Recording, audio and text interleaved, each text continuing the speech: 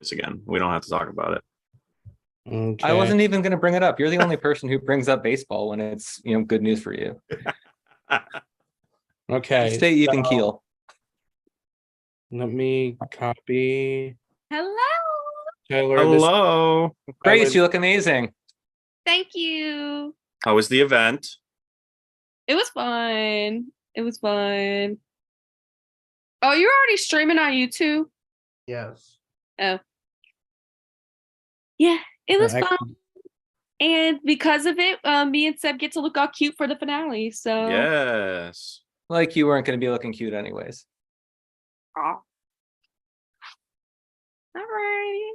You about to send the link, Jerry? Yep. Okay. Okay, everyone. Hello and welcome to Distortion Survivor Heatwave, the final tribal council. We put the rules in the main tribe chat, but just in case anyone missed them and they need a refresher, or for anyone who's watching this live, here's how it's going to work. Tyler, as the winner of the final immunity challenge, chose the order that everyone will be going in. So for the opening speeches, which you guys will have 5 minutes for each, it'll go LJ, Staten, Tyler.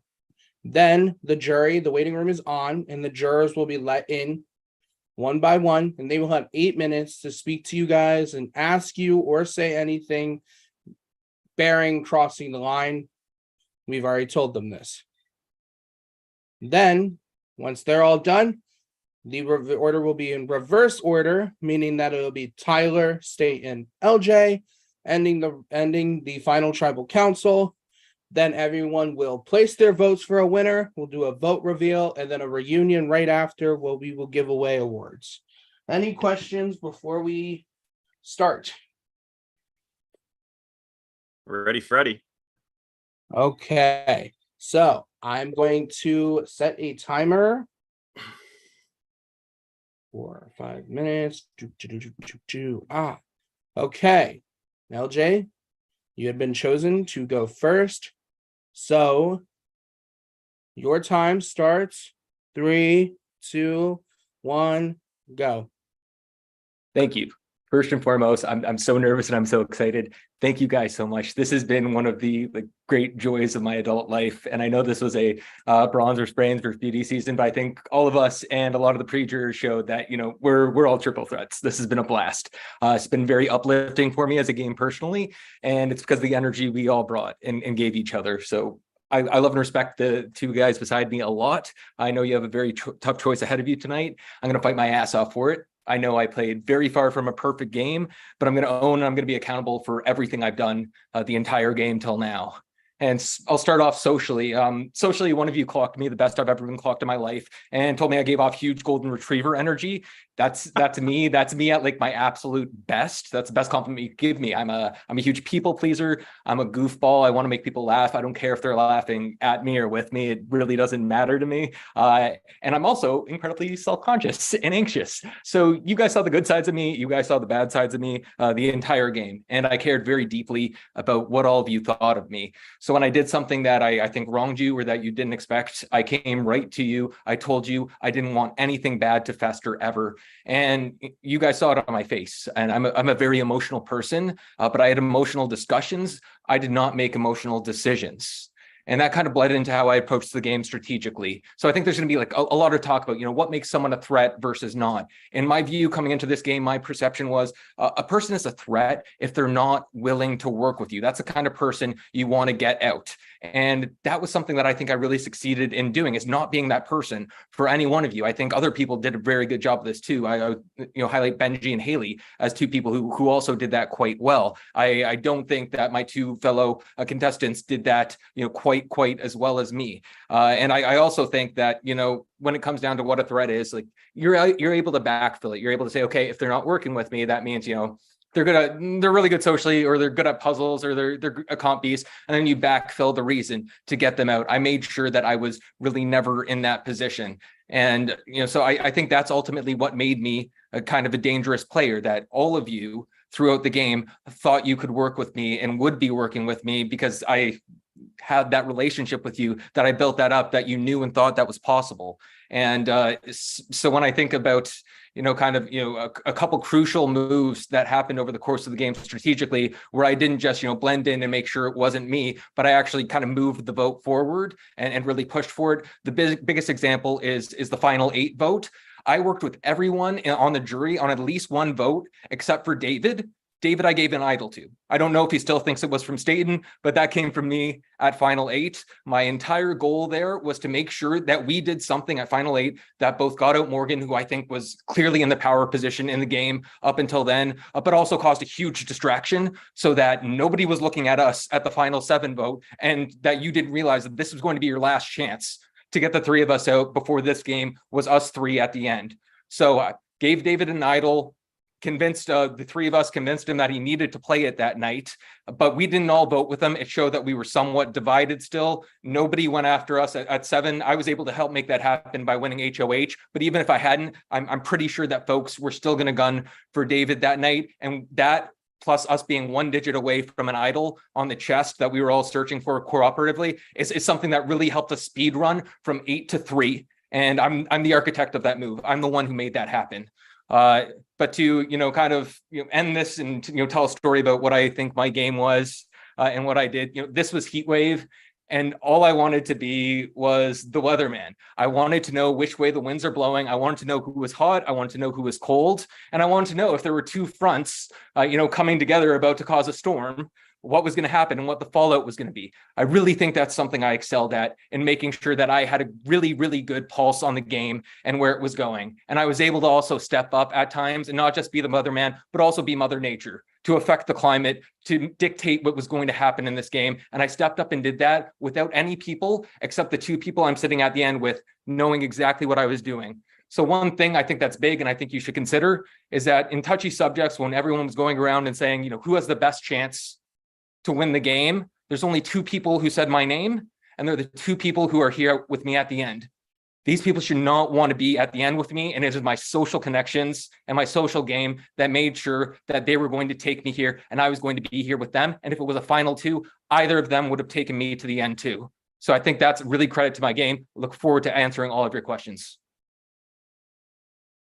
Hey, you have 10 seconds left, if that means anything.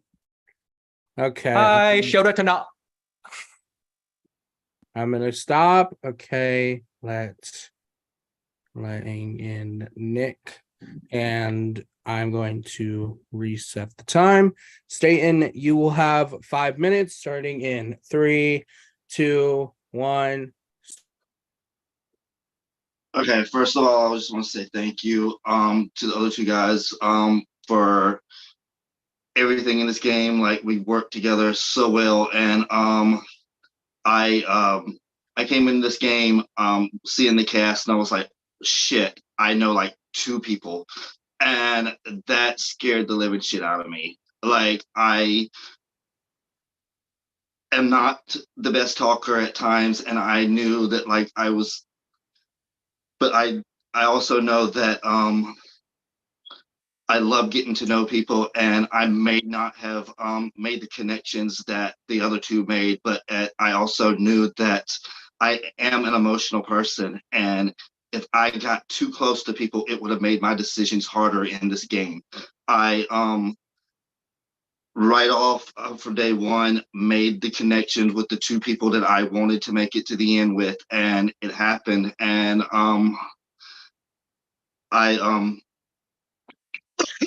sorry. I think one of the biggest things in this game was the fact that like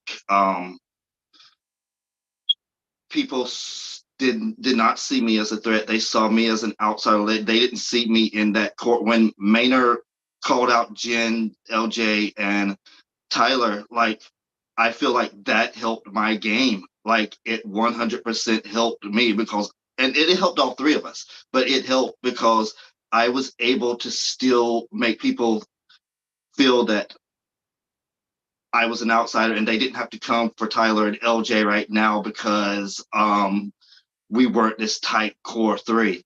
And then I also think another one of my biggest moves, which wasn't easy on me, not one bit, but I knew it had to be done, and I told LJ about it. I was like, LJ, I know that if we do not separate the four of us right now, they're going to continue to come for us.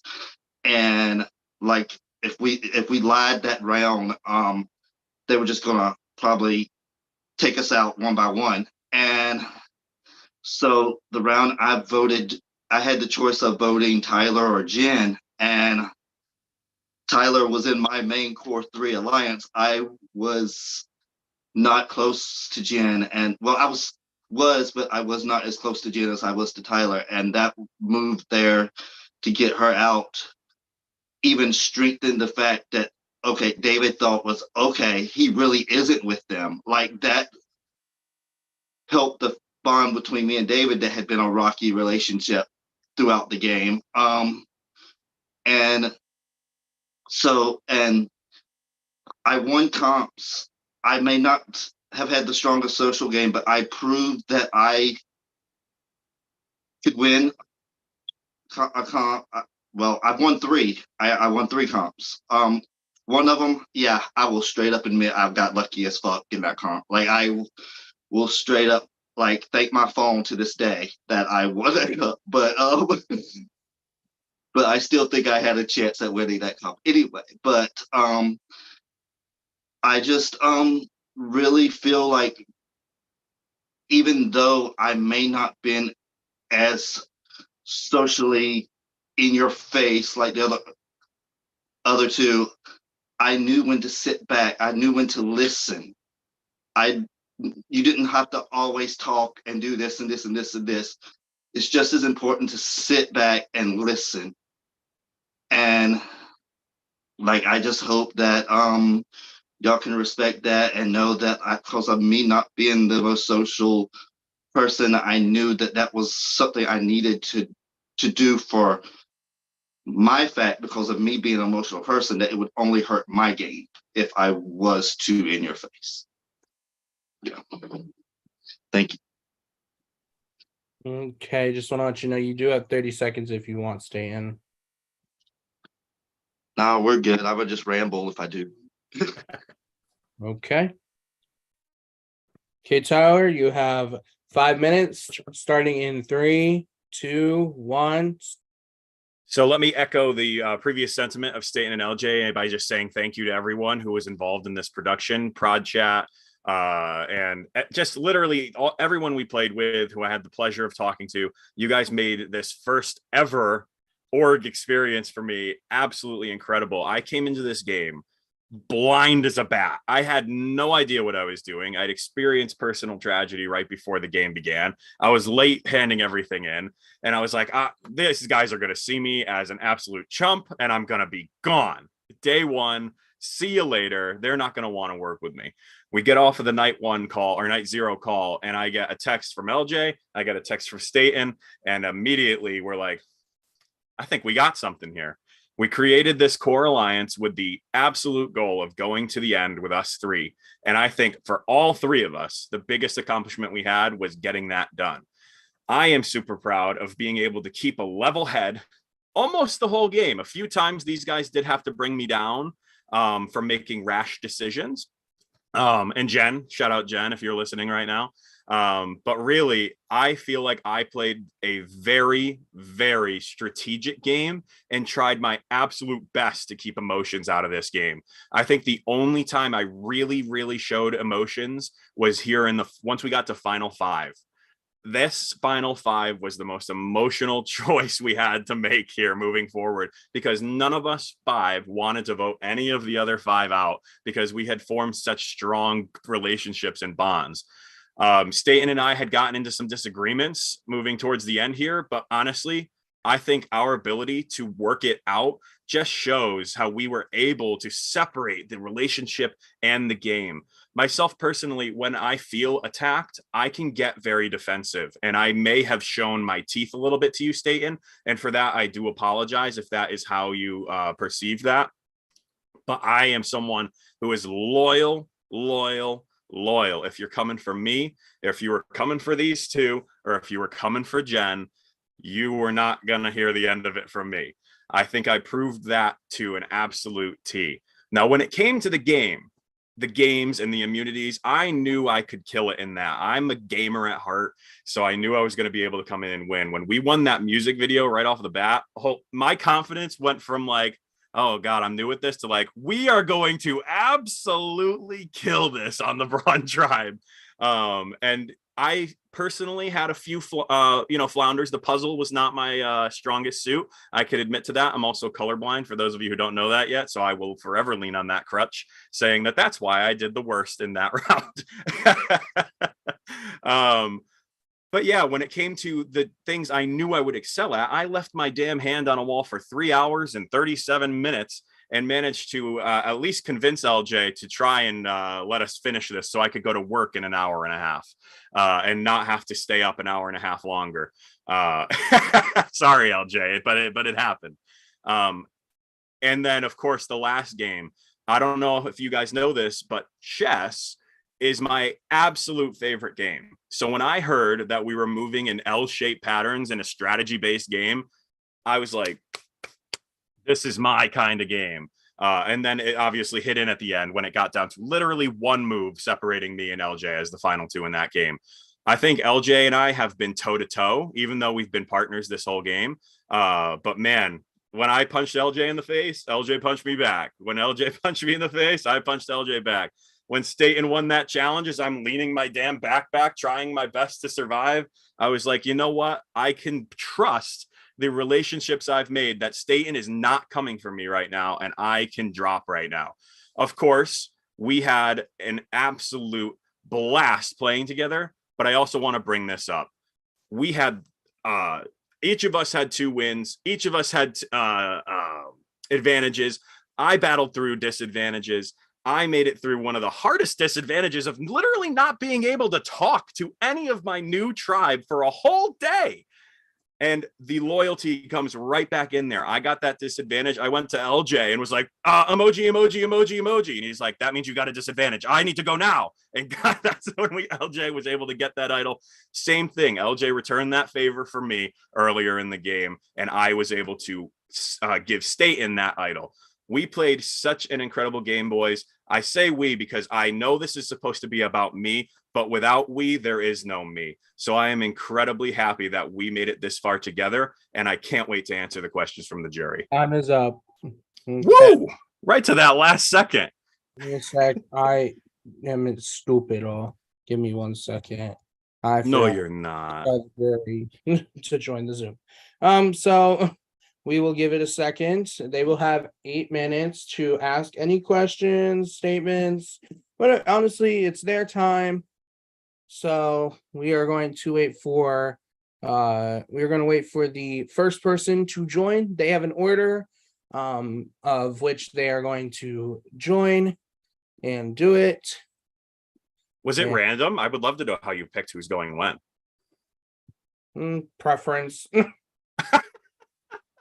Yes. Expose it. Here is your first. Who is the first juror who you will be speaking to? Maynard. Okay. There's connecting to audio. Come on.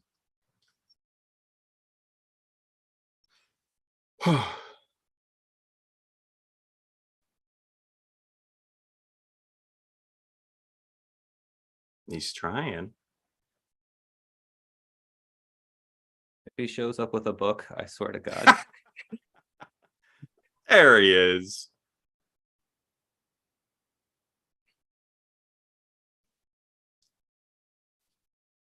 Okay, Minor, you'll have 8 minutes. Can you hear me? Thumbs up. Yeah, Okay, can you hear me? Minor. Yes, Minor, you have 8 minutes starting now. Okay. First of all, always, I'm gonna say congrats on making it to the final 3. I lost what I was gonna say. I was not prepared. Okay, so this is my question for everyone. If your game could be turned into a book, what would the title be? Who you want to go first? And LJ. Oh man, you picked the illiterate guy to go first. This is rough. You're a journalist. I was.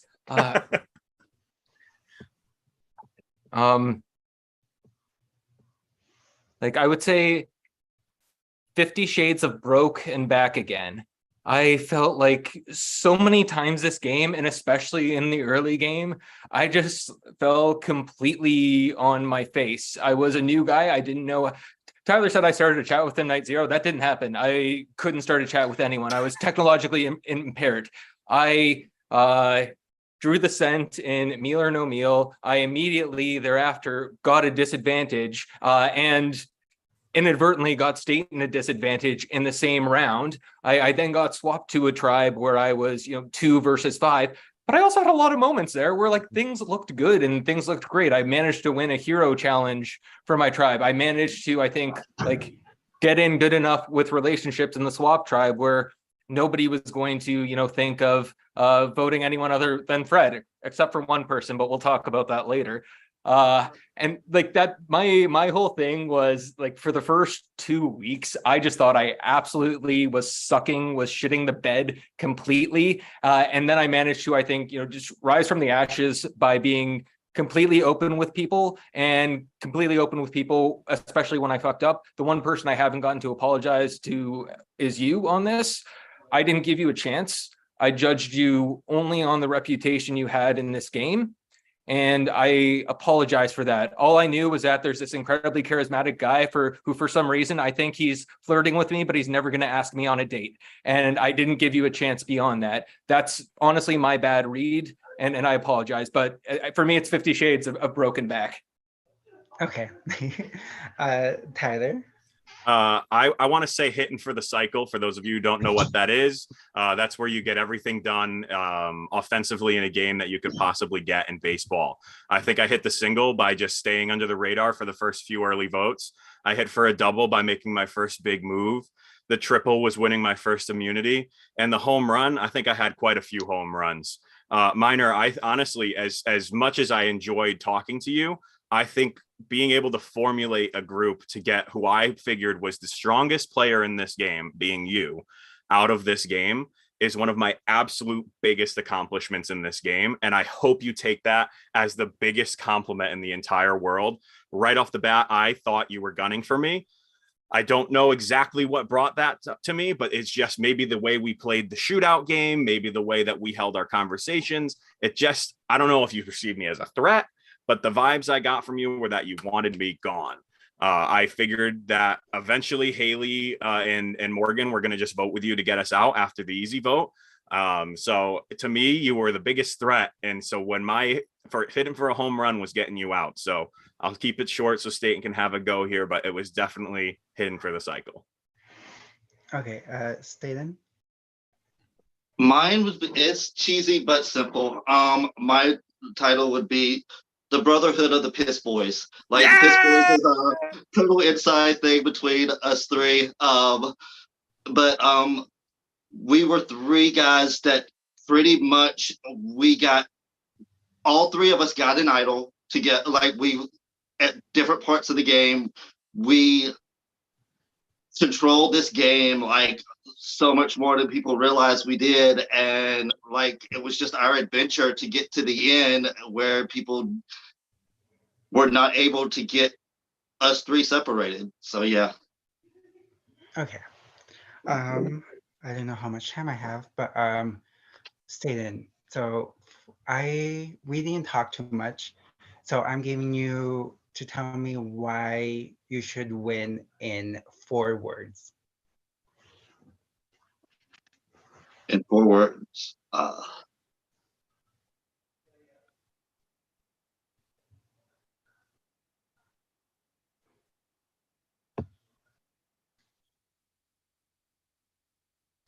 did my audio I go? made myself separated. Okay. So, LJ, um, what was your best move that you didn't do with, or that you thought of? Correction. All the moves you said that we made. What was it? Were you the one who came up with them? Final eight, getting us from final eight to final three, the one big move that we made, that came from me. That came from me saying, I'm going to give my idol to David, who I've never worked for before in this game. Tyler wanted me to play it on him that round and get votes on him. I said, hey, even if that happens, they're going to gun for you at 7. We need a distraction so that we just don't just do 8. We do 8, 7, and then we're at 6 with an idol altogether. Nobody has a chance to cut us from there. So that was my big move. I think I orchestrated and engineered that. It was completely a team effort in executing it because I needed Staten to be on board with pretending to give the idol to David, and I needed Tyler on board with being able to talk to David and convince him to play the idol. But in terms of engineering that came from me. I think that was like the big critical move that took out Morgan, who, if Morgan and Haley are both there at the end of live night, none of us three are winning. We're gone next. For sure. So we, knowing when we had to make a move and making sure we had the tools to do it, I think that was a really critical time. That was a big part of my game. Beyond that, biggest thing of my game was a conversation I had with Morgan the night you got voted out, and I hope I have a chance to talk to him about it. Okay. Tyler. I'm gonna do this in Spanish because I thought it would be fun. But ¿por qué necesitas que yo vote para ti? Is that why did you vote for me? I don't know what it means. Yeah. I think I addressed it a little bit earlier. I think you were the biggest threat in this game. Watching the openings, talking to Jen, Jen really instilled in me that if I got to work with you, to watch out because you're a very good player. So my eyes were set on you, watching your every move. And you turned out to be this big sweetheart. So I'm like, what is Jen talking about? What is Jen talking about? But really, I was scared the whole time watching. And your time is up, Minor. Thank you so much. Bye. You are free to go. And we will get our next juror in right now.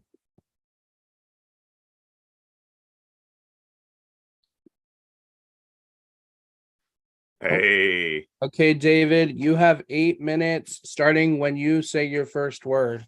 Oh, He's connecting to audio. Can you hear me? David. You can hear me echo.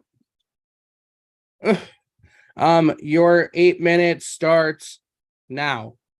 Y'all can hear me, right? You're good, man. First of all, I just want to say congratulations to the 3 of you. I'm probably going to be the nicest of the jurors out of all of them. I just want to know that you have a very long road ahead of you. And so you are really going to have to be able to answer for yourselves. Tyler, I'm not even going to address you because you knew exactly what you needed to do in order to win this game. And you chose not to do it. So honestly, you're just out of the picture in my book, if I'm being very honest. So I'm going to address LJ and Staten now. Staten, I do have a question for you. Whose idea was it to keep your relationship separate from your original alliance? Was it yours, or was it coming from LJ or Tyler or someone else in your alliance? My relationship with you? No, you said your relationship separate from LJ and Tyler. You mentioned in your statement earlier that you had to keep your relationship separate from them. Otherwise, you were going to be picked off one by one. Whose idea was it to keep that relationship separate? I feel like it was a lot my part when I found out that that Maynard called out the other 3. But we did discuss it. Me and LJ discussed it together. But like when I knew that people did not see me as a tight 3 with them. I want to know who originally brought up the idea. Was it you or LJ? Who said the words, "We need to keep our relationship separate"? That's all I need to know. I honestly cannot remember. Sorry. All right, fine. I'll just move on from that question then. All right. I've seen this before, and I kind of want to know where you guys stand. I'm going to go in boot order. I want you to close your eyes here in a little bit when I say go. I want you to close your eyes, and I'm going to ask you if you think you have each juror's vote. So if you think you have their vote, you're going to raise your hand. You're going to say, I think I have their vote. All right. All right. Close your eyes for me, and I'm going to go in boot order. I just want to know if you're very self-aware of how you played in this game. All right. If you think you have Miner's vote, raise your hand. If you think you have Jackie's vote, raise your hand. All right, hands down. If you think you have Jen's vote, raise your hand. Hands down. If you think you have Morgan's vote, raise your hand. Hands down. If you think you have my vote, raise your hand. Hands down. If you think you have, who went out after me? I'm trying to remember. Morgan. Brandon. Yeah, no, it wasn't Morgan. I'm just going to say last few. If you think you have Haley's vote, raise your hand. Hands down. If you think you have Brandon's vote, raise your hand. Hands down. And last but not least, if you think you have Benji's vote, raise your hand. Hands down. Okay, cool. Last thing I want to ask, you may look up now. LJ, you said you played a very social game, and that's what got you here. You're a very good talker, I will admit that. But I don't know, tell me something that you know about me. If you really did have a social game, you would have built a connection with me. You really think you have my vote? What do you know about me? I think the thing I know most about you, or I internalized, a lot of the stuff is going to be from a call on Nick, a call with Nick that I'm not going to bring up the most precise details of for for all of us and for PG-13ness. But one of my favorite moments of the game was when you video chatted me in bed with Tony, and I got to tell you how cute your boyfriend was. So the first thing I know about you is that you have an incredibly cute boyfriend who you appear to love, and you guys appear to have like a very... That's just my boyfriend in general, so that's nothing about me. Here's the thing, I'm very like on 50-50 whether between you and Staten right now, mostly because you claim to have a social game, yet you didn't take the time to do the proper jury management for a lot of these people, Staten included and Tyler included, right? So the people that come after me are really going to be coming after you, and they're going to be asking these tough questions, right? So that says nothing for me, LJ. Do you want my read on you? Staten, I want to know if you know something about me. And then I'm done after this because I don't want to take up too much more time. I know that you love music, and I also know that you work in like a restaurant. That's a lot deeper, right? That did affect my life very tremendously. All right, cool. Thank you. I'm done with my time. I know that he loved karaoke, music. He has a gay brother. He's from Dallas, Texas. But you're right, David. I didn't work with you at all in this game.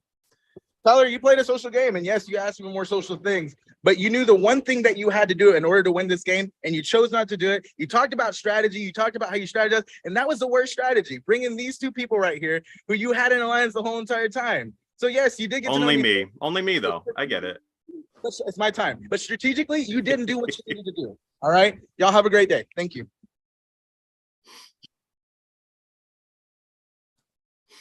Okay. There's my salt shaker. We wait for the next juror to join the waiting room.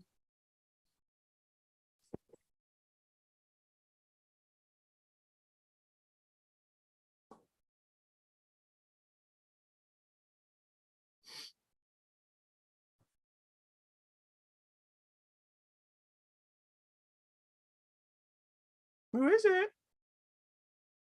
I have a feeling it's going to be someone with a margarita. The door is open, sweetie. Come in.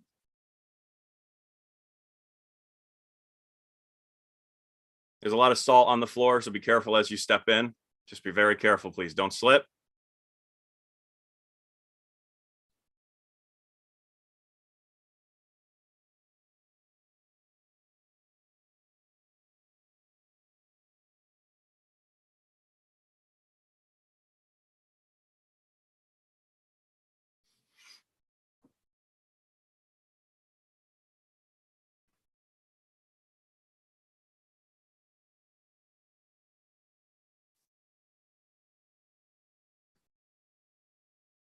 Okay, your next juror.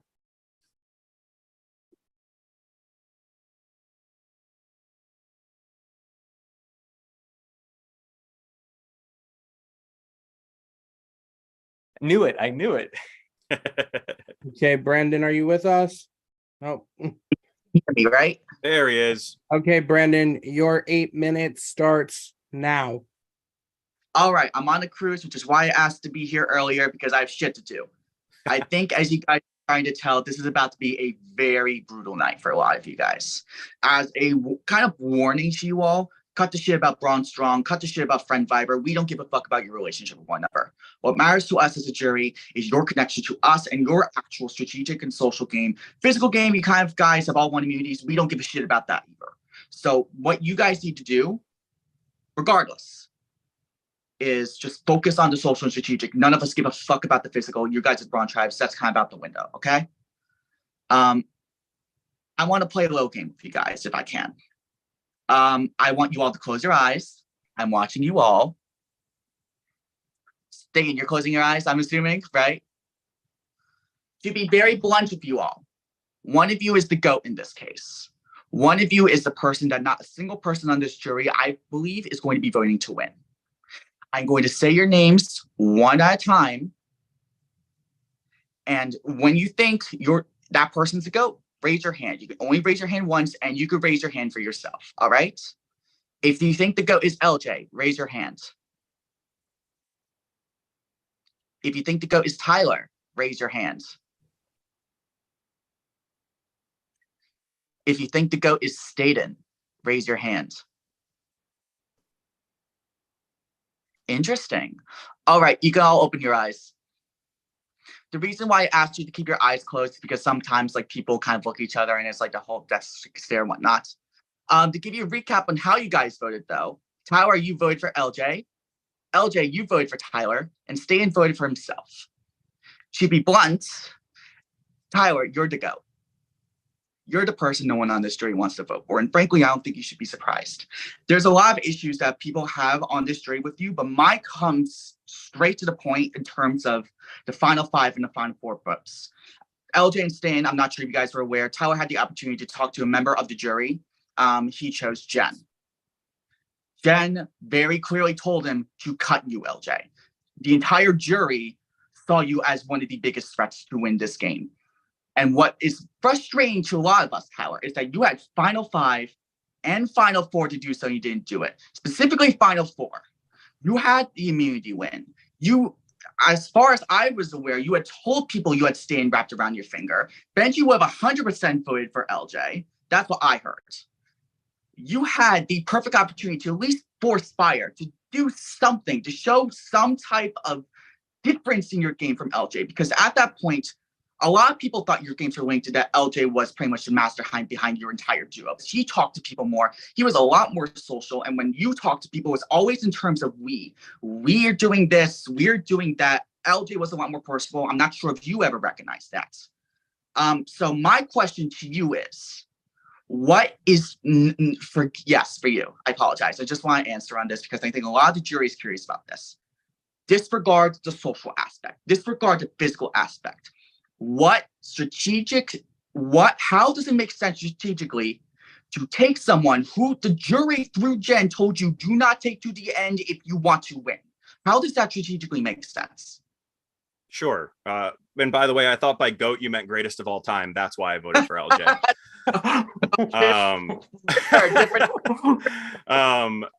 Obviously, I'm the one being brought to slaughter today. But I just think that vote for me, I heard every word that Jen said. Jen also brought up Haley being a threat and you being a threat.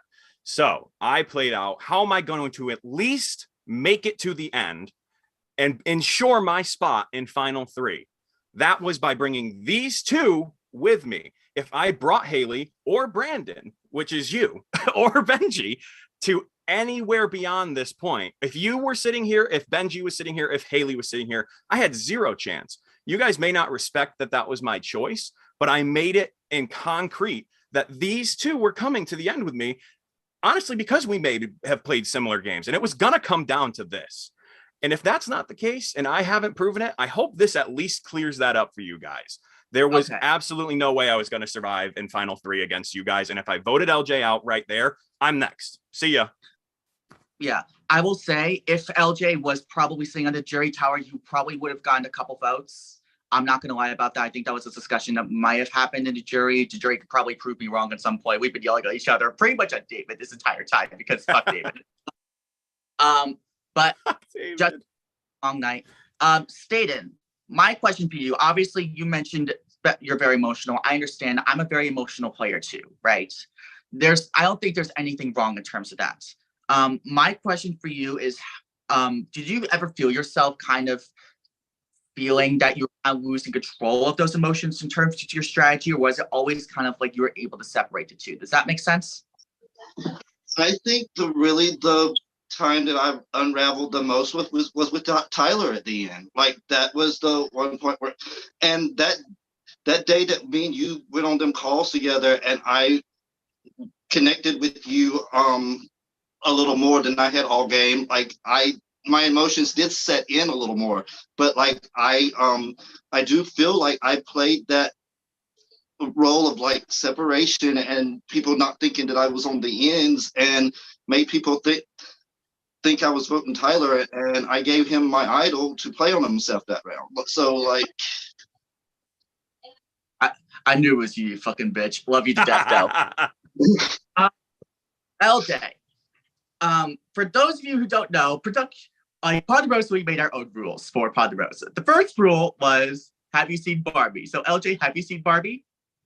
I have seen Barbie, and I have bought 2 I Am Knuff hoodies that will be shipping on September 23rd. I better get pictures of that bitch. You will. I need to say again, obviously for LJ and Tower, it's obviously a great feat to be sitting here at the end, no matter what. So no matter what happens, just be proud of yourselves. I think, and obviously from my end, my first 2 games, I was at the end, one of them I won. I think what comes to difference, and obviously with terms of kind of this game in of itself and going forward, is that sometimes you don't get it right away, sometimes you do. I think that's what separates you two right now. I feel like LJ, you got the handle socially of the jury a lot better. I'm liking a lot of your answers than Tower did. And again, that's not a big deal. Eventually you learn that over time. Yeah, good luck with the rest of them, because this is gonna be fun. Love you guys, all right? Love you, dude. Thank you. Okay, we will wait for the next juror to join. We asked them to join the waiting room, so we're just waiting, for the room. Waiting.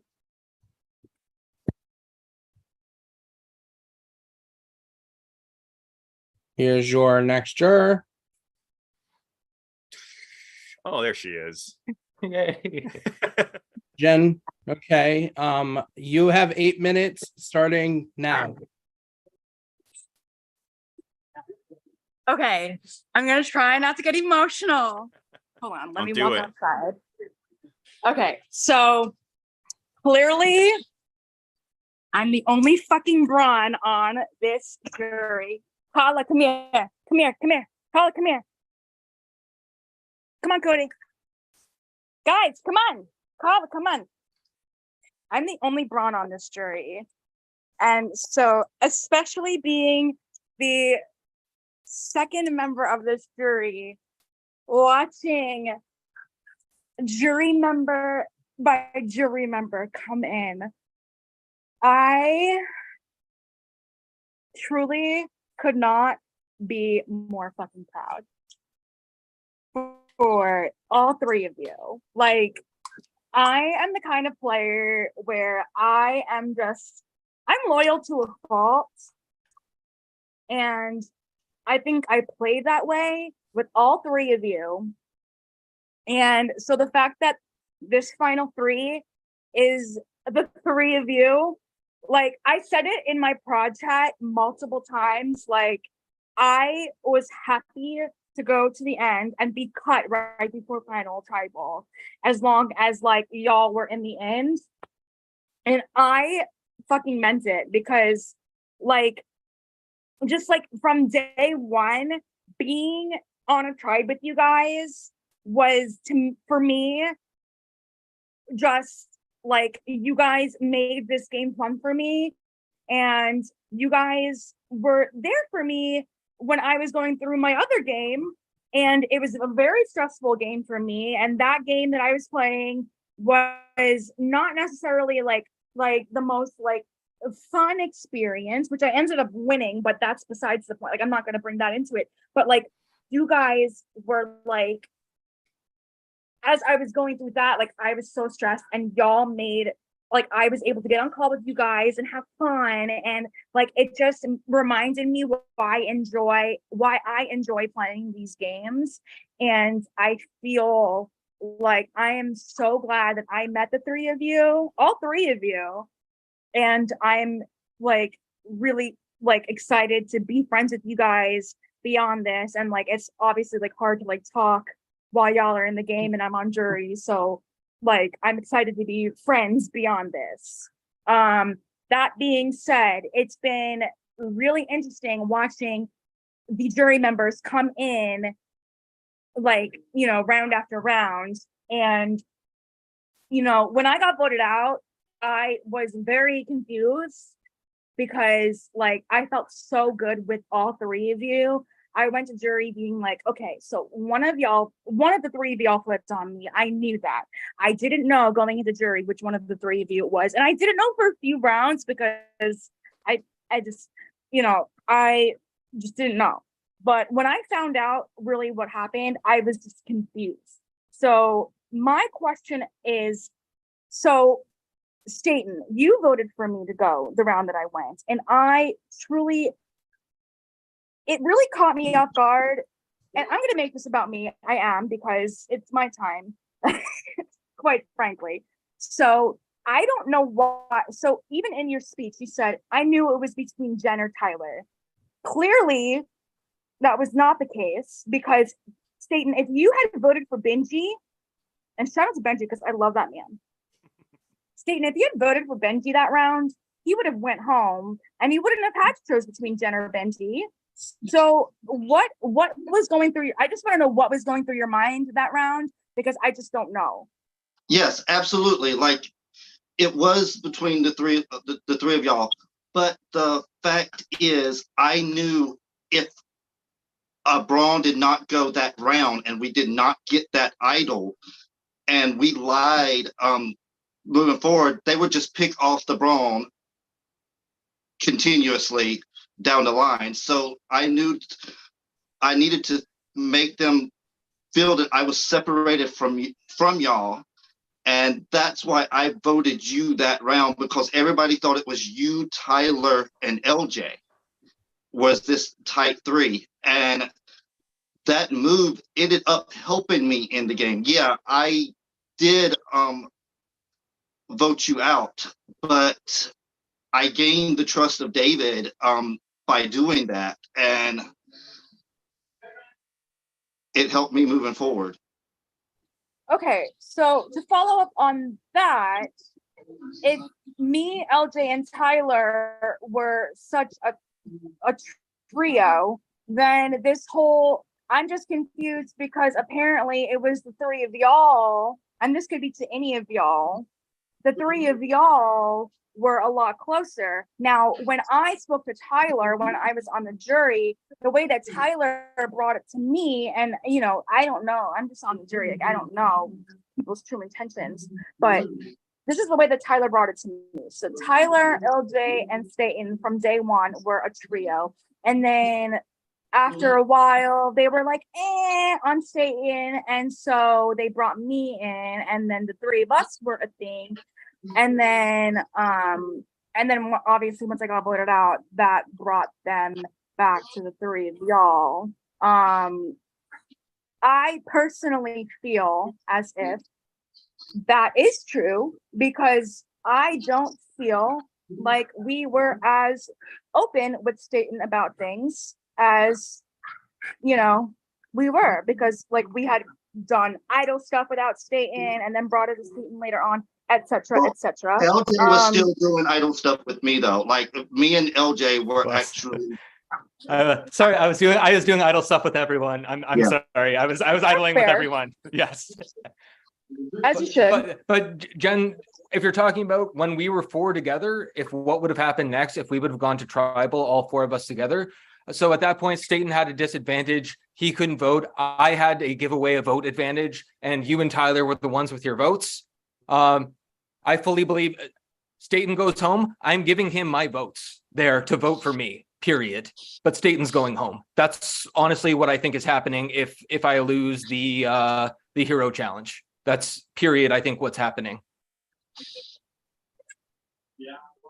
Yeah, and we've laid it all out for each other as to where our allegiances were. I told Staten when he had voted ways I didn't expect him to vote or blindsided us that I did fall more into Jen than him.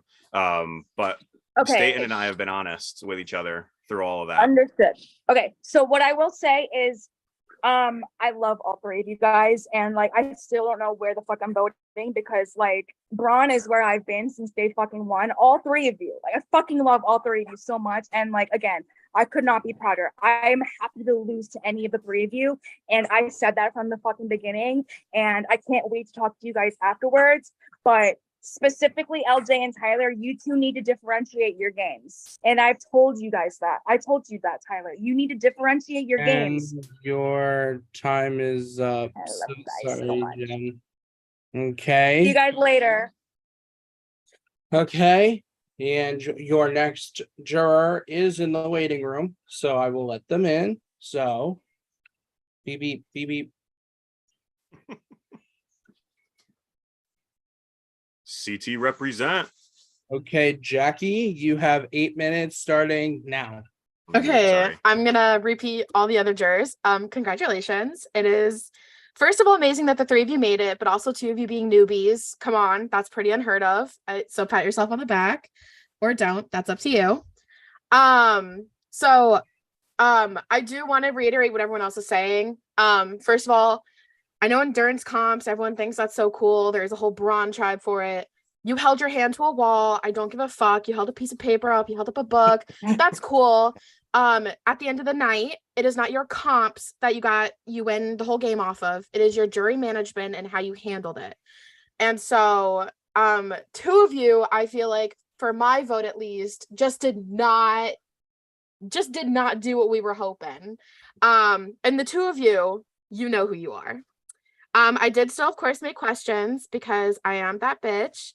And okay, so my first question was for LJ because obviously Tyler mentioned that if he had gone to Final Three with anyone else, he doesn't think he would have won. And in my personal opinion, it didn't matter. As of what I've read from jury, it doesn't matter who you went to Final Three with. I'm not sure you would have gotten anyone's votes. But LJ, if you had a different Final Three, is there anyone else that you think you could have possibly won based off of their gameplay? I think maybe Benji, but I'm not sure. I think I had a pretty narrow path in terms of who I could take. And I think that's honestly because as much as we wanted to like break this game open and work along like non-OG tribe lines, we stay along OG tribe lines for pretty much way too much of this game. And I felt forced into that being kind of my best and only path for a while. So I think maybe if Benji is here with me, I also might have a chance. Beyond that, I don't think I have much of a chance. Okay. No, that's fair. That's fair. So like I said, jury management, because that's who's voting you at the end of the night. Tyler, you mentioned that you felt like you were putting not your full emotional and personal self, well, not personal self, but just emotionality and all that stuff into this game. Do you think that affected your chance of winning? Yeah, and if you could go back, would you have done it different? I do. So this is my first time playing Survivor. I obviously am going to play this again. But when it came to this game, I came in saying I can't get emotional because if I get emotional, then people are going to vote me out. That worked, but I'm still here, obviously. But obviously, I didn't have the ability to put people on the jury who liked me in the first place. I was in survival mode. And Jackie, and just purely, I knew you were coming for me. Everyone on the jury told me you were coming for me. So strategy at that point, me and you connected on so many things personally but I was just like, well, if you're coming for me, I'm coming for you. Same thing, Minor. If you're Can coming for me, I- I'm coming for you. Go ahead. Can I actually inform you that I was not going for you. I was actually going for Staten, who was told a lie about me, and I found out he was gunning for me the entire game because someone lied to him and said I was a bully. This was totally based off of hearsay, So though. no, it's totally fair. It's I remind people all the time this game is Survivor. It's based off lies. It's how we all win. We all Right. lie, obviously. Okay, so interesting. So if you had done the game again, like, so you do want to play again, would you play it with more emotion next time? I think I would. It's very obvious that I'm the vocal doormat of this game, and one of these two is winning. So if y'all are coming in here to throw punches, keep them on me and give these boys some some nice little meatballs down the center, please. Because let's keep this theme rolling. I promise we all love the three of you. We've spent a lot of the time yelling, but also talking about how much we love you.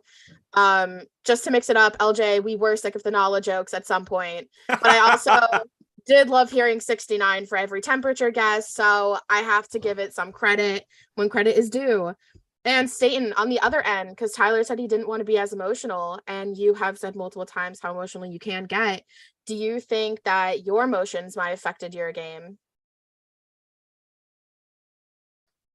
I think by me not getting as close to people as I should have, like, because I was scared I would get too emotional, ended up hurting me. Like I didn't get as close to you. Like when we first had that swap, I did talk to you a little bit, and then after we had merged, we kind of just separated, and that's when I started hearing the lies, and I kind of got to go by what I hear. There was no proof, but I trusted what I heard, and I'm sorry if that affected what we could have had as a friendship.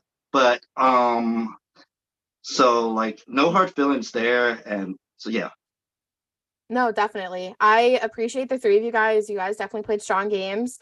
I know who I'm voting. I've known who I've been voting since for a while. I think just for further games and for advice, make sure your games really stick out between the two of you, because Stain, you did so well, because even though I did go for you a couple times, you still fucking made it. I'm not gonna lie about that at all. And you guys just did really amazing, and it's amazing to have new players. I will have to end my time with saying that you all are women haters because you voted all the women out. Okay, Not Jen. don't False, take offense. lies. No, you voted me out. I'm still a woman, and Haley's gone. You said all. It's a lie. But they're all voted out. They're all voted out. It's just, it happens. Dr. Hannah, back me up. Dr. Hannah is not here. So Dr. Hannah's not here to back up anyone. She does appreciate the person I'm voting for, though. So I think that's cool. Like I said, though, you guys should all really be proud. And as much shit Jury gives you, and I probably gave you, we all, like Jen said, we all are really proud of the people who did end up coming here. You all deserved it. So Jackie, can I say to you, I thought you were going to absolutely flame roast me. So I'm glad it was more of a mild toasting. Oh, I did. Thank you so much. Oh God. Thank you for confirming that. I appreciate this is it live. so much. Look, Thank you so much. Prod told us this was going to be live to behave ourselves. So I had my words in jury. And I'm ready. All right. I'm good, Prod. Thank you, everyone. Thank you, Jackie. We will wait for the next juror.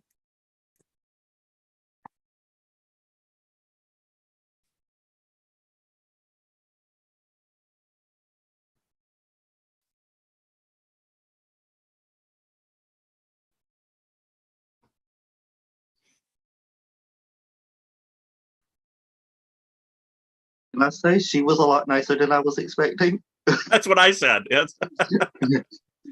I thought I was going to get dragged by my earlobes.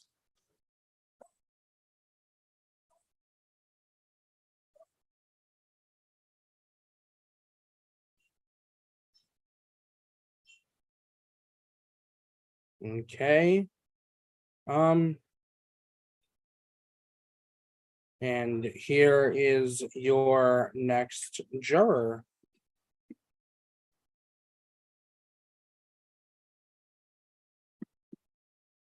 Oh. Haley, can you okay, Haley, be quiet. Your time starts now. the winner has officially arrived. I have my bucket hat on, period. Let's go. You already know I had to. I did my best. But I just want to say congratulations. Like, I've had so much fun getting to know you guys, like, personally. And I know that, the jury's been like, "Rah!" But like, yeah, I just wanted to say that first and foremost. And I have some questions that I had typed in my phone. So let's get to that, shall we? So first off, David did a little game with closing the eyes or whatever. I'm gonna do that, but I'm gonna switch it up a little bit. So close your eyes. And I'm gonna say a name of each jury member, and you're gonna raise your hand if you feel like you could have beaten them in the end. Minor, Jen, Jackie, Morgan, David, Brandon, and me. Okay, you guys can open your eyes now. What's one lie in this game that this is for all you guys. What's one lie in this game that you told that you believe made the game spiral, where you felt like you lost control of your game for a moment? In addition to that, what was the highest point in your game for you? I can start with a lie that I think made my game completely spiral. We were in a three-way chat with me, Tyler, and one other person. Yeah. So us two and Morgan. And at this point, Morgan knew that we were gunning for Maynard. Knew probably, like I told Brandon, I had probably been a little loose with that, but it's something I really needed to make happen. Morgan basically, said, I'm hearing Maynard's names out there, shocked face. And I just had to pretend like, well, I'm glad if it's someone from our tribe that it's not me whose name is getting brought up, knowing full well that like I was that one person. After that vote, and I had a call with Jackie like 15 minutes before the vote. She had a call with Brandon right after that. And one thing I told her was that, like, hey, the thing is, like, we're all going through with this tonight. This is not the way we wanted this to happen. But all of the blowback is going to happen on me and not you after this. And so, at least count your lucky stars. I am really the fucked one out of this. Somehow I wasn't. I think that was my social game. The highest point of this game, and I don't care if it sounds fucking hokey or anything. Getting to the merge, we all had our calls with like whoever we had our calls with. Obviously I'd been with Tyler the whole game. I'd been estranged from Staten a bit. The highest point of my game was when I got to have a video call with Staten after the merge, after we had like dotted our I's, crossed our T's and all that shit, and got to say, man, I fucking missed you. And got to tell him that. That was the highest point of my game. It's closely followed by us all being here together, but for me, it was that. Okay, whoever wants to go next, Tyler, Staten. Looks like Staten's rolling up. Go ahead, buddy. I think you said the first thing was the lie that affected me the most. Yeah, like what do you think was like a huge downfall that like you lost control of the game for like a moment and you, yeah. I think was right there at the end when I lied to you and Brandon and straight up was like telling y'all I was gonna vote Tyler, and because I let the emotions set in that where I had gotten to know y'all a little more, and it kind of like put tension between me and Tyler in the end and stuff, so like that kind of spiraled right there at the end. But my one of my biggest things besides what LJ said was the whole meeting back with the boys was honestly the fact that I was able, which I don't usually do this, when somebody votes for me, I'm usually so set on never giving them a chance. And Haley, like, I felt that, right? And I will say, like, for jury management talking, like, you didn't talk to me at all during my the night of my elimination. Like, I really would appreciated you just telling me that. Can I speak on that part? Yep. That's the day I lost my job, right? And I honestly had so much going on that like I thought I had responded to you. And that's the whole honest truth. Like I really did legit think I had gotten back to you on that. I can vouch for him on that. And we had argued, so he like we had been in a big argument that day too. So he was just off. He was also Okay. he also like helped his uncle and moved his uncle into Okay, like I a appreciate an it. 11. He was just occupied. Okay, I appreciate it. Now we can move on to Tyler. Yeah, so I think the lie, if we're gonna call it a lie, was just not being fully faithful to you and not trusting you with all of the information. You obviously did want to work with us, even though you also withheld some info from us. Mhm. Not having you to work alongside me at the end was scary because I knew that you were at that point probably thinking of getting me or Staten out. I don't think you were ever gunning for LJ personally, but you can correct me if I'm wrong. Maybe to like split you guys up because I know you guys were close to a It was going certain to be extent, whoever won immunity, right? but right. But like it was mainly towards like getting you out instead of LJ. But yes. I knew where I stood in this game. When we came back together, I knew that I was the asshole of the core. I was the one who people thought was just fuck you guys, which wasn't the case. It was literally just me playing the damn game and then having to work 14.5-hour days every day for the last 2 weeks. So I'm sorry if it came off that way. But listen, I support these guys. My goal was to get to final 3 with these two right here. And Right. And I wanted to speak about that too, because you guys both told me that you guys liked me since the beginning of the game. Like that was something that you guys really wanted, was like a 3. And like, if none of that stuff happened, would you guys have actually considered it and would have actually taken me to the end, or was it always Staten? So I think if Staten and Jen didn't survive merge and we had to, that was basically where LJ and I came up with that. We were nervous that they were on the outs. We said, who do we need to work with going into this merge or going into the swap? And I said 1, 2, 3, go. And we both said Haley. We both said Haley at the exact same time. And then before we even split, talking to Staten, same thing. Everybody wanted to work with you. But okay. So thanks for the question. We don't have time, but go ahead. My goal, if Staten or Jen was gone, would have been final 4 with Tyler, you, and Brandon, and then hopefully cutting Brandon right then. Okay. We only have a minute left, but I want to echo what people are saying in the jury. You guys need to tell me why you guys, like, in your closing speeches, please differentiate your game. My vote is mainly already like considered, like I already have it, but like if you guys can sway me with your closing speech, I'm really open for that. LJ, I'm fucking proud of you. Like I hope you fucking know that. Your opening speech was amazing. Keep doing what you're doing. Fucking love every single one of you. And what was I gonna say? Fuck. I was gonna say something. Oh yeah. So if you want my vote, definitely write Haley was robbed, because I was robbed. But yeah.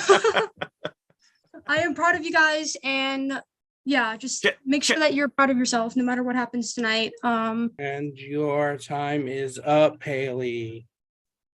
Bye. Love you. Damn it, Staten. You're so fast. Nah, you're too late. You're too late, LJ.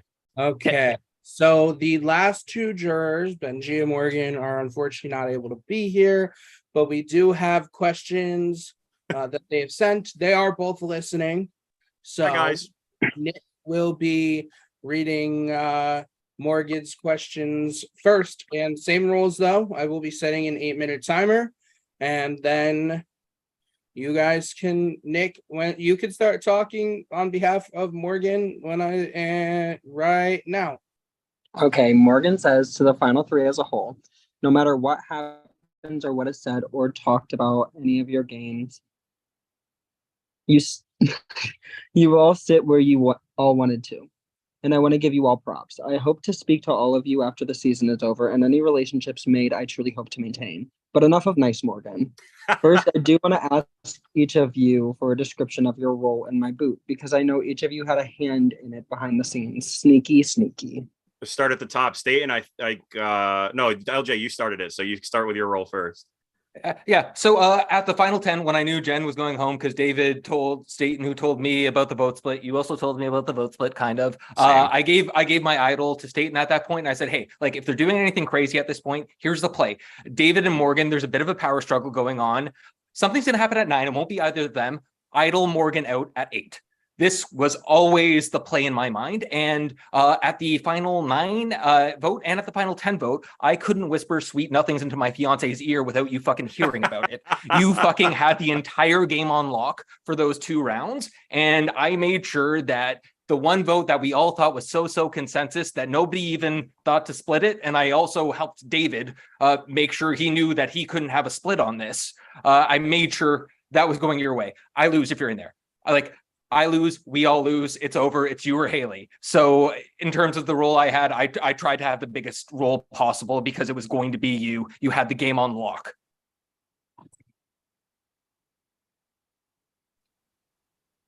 Okay. The question was the role that we had in his leaving, right? Yes. Okay. So my biggest role in that was the fact of making David believe I gave him that idol, and when it was LJ that gave him the idol, and then I basically just kind of voted with David that round to make sure that there was 2 votes on Morgan. So when everybody else voted to make it look like they were voting David, and so LJ and Tyler could still have good accord with the rest of the group once Morgan was gone. All true so far, and I rounded it out at the end. David had gone to LJ and said, voting Benji, and we're like, what do you mean? I'm going to play the idol on Benji or something along those lines. And I'm like, panic. And this was about 20 minutes before this tribal council was coming. LJ's like, Tyler, you need it. Help me, you got to get him. So I was like, okay, I'm coming in. Let me just call him. I'm going to say, I need to call you right now. I sent him like 30 messages of like, answer your phone. I got David while he was at work. He goes, give me a minute. And he's having a conversation at work. So props to you, David, for being that invested in the game. And he walked away so he could answer this phone call. And I said to you, they're coming for you. If you have any advantages that I don't know about, I need you to tell me now, and I will orchestrate something. You're at work. You can't do it. I'll do it for you. And he goes, no, hold on. I was talking to State, and Staten's got an idol. Let me see if he'll give it to me right now. I go, oh my God, Staten has an idol. Whoa, I had no, that's crazy. Get it. If you can get it now. And then I text LJ, like, LJ, fucking send it right now. So he sent it, and he goes, dude, he gave it to me. I can't believe he gave it to me. I'm going to play it on myself. No worry.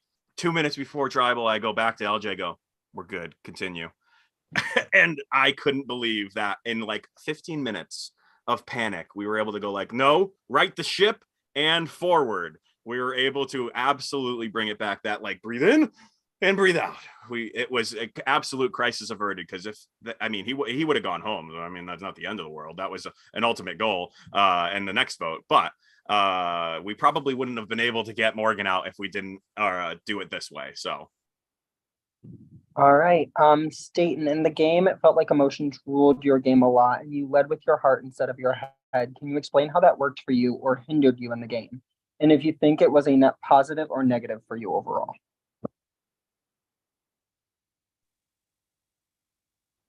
I think time's running out. I think I did use my head also, and yes, I did use my heart, and that's what kept me staying with the boys. But like, I used my head in the game. I used the fact, like, I keep repeating it, but like, I feel like it needs to be repeated. No matter what people say today, oh, we had suspicions, but yet you still thought I was on the outs. Like, you did not, it was always Jen, Tyler, LJ, Tyler. Brandon even had that call with me, was like, I cannot believe these newbies are like letting everybody know that they're so tight. And I'm like, oh my God, right? They really are. Like, but then I'm like, but I'm in there too. Like, so you played it great, buddy. I feel like I deserve just as much credit. Like, yes, they played amazing games, but I feel like my game is more separated because everybody sees LJ and Tyler as that duo, but my game was different. Mm-hmm. All right. Tyler, as a jury, I think it's a collective that we have a harder time distinguishing your game from LJ's game, other than one big factor, the social game. What were some social bonds you created on your own without any LJ information or leading that actually improved your spot in the game? And quickly, Yeah, no, absolutely. I'll do it quick because I know I'm the person that's getting 0 votes. I had a single one-on-one conversation with absolutely everybody in this game. I was the one who was able to tell David about the facts that he was asking about to Staten. I knew things personally about, I think, everyone that I was able to talk to in this game. And I was genuine in all my conversations. I never told full lies to anyone except David. And I was truthful with the way I was voting with Morgan. I just didn't tell him we had an idol in the pocket. Alrighty, and finally, LJ. LJ, my golden retriever. I'm pro LJ tonight, so don't piss me off with any bad answers. I want to know.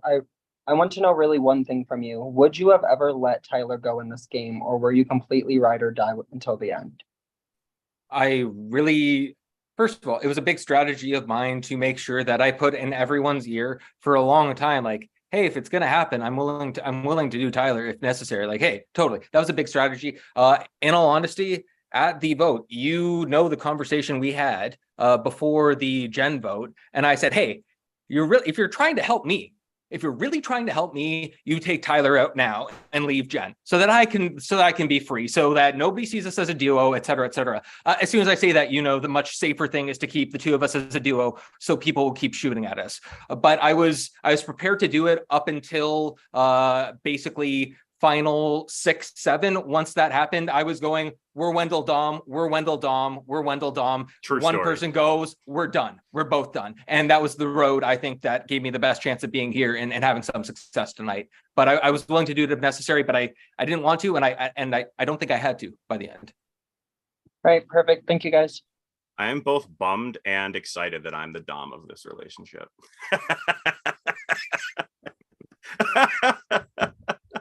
Okay. Let me see if I can do this correctly because I've never done this before. Oh. First? Benji, no, it's been done before. I just never done it. For the Karen coin flip. Yeah, but the difference is Karen sent hers on YouTube and Benji did not. So we're gonna see. Just to confirm, you can only see the video. Oh boy. Correct. Okay. What is this? This is Benji. Well, I got that much. I'm gonna play this video in full. And then the timer will start. Please Recording live from Network. Can you hear the sound? Yes. A little bit. Yeah, it's a little garbled, but I can hear it. Congratulations to the final 3. Though I am not there tonight, I am listening. I am watching. So please, I am listening to all of your answers to my questions, and it will decide where my vote lies.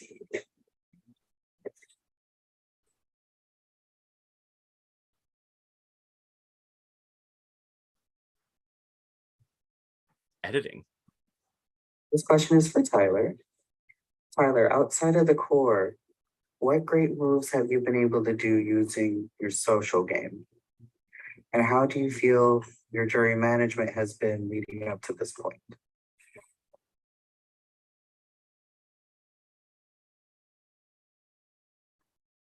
Satan, my question for you is this. During the last tribal council, you had mentioned that out of the core, you are the more emotional player out of the 3. Has that ever been a detriment to you in the game? If so, when and how are you able to overcome that?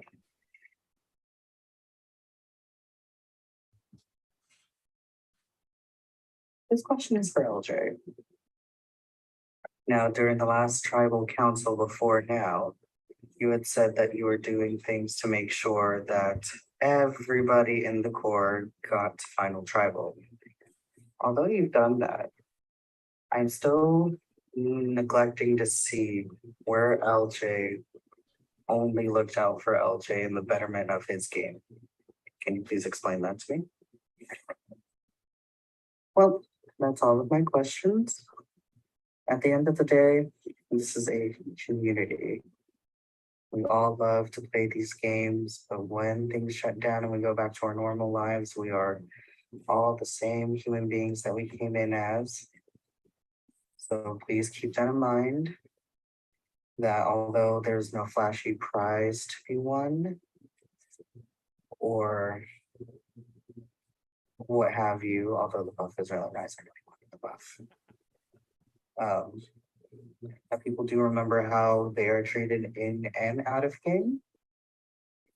And that at the end of the day, we all have an experience now that bonds us together. And I hope that you guys take these bonds for what it is, especially for our first timers, and really cherish them for what they are. I will see y'all when I see you. Bye. Your time starts now. Could you ask my question to me one more time so I get it word for word, or just hover over it? Oh.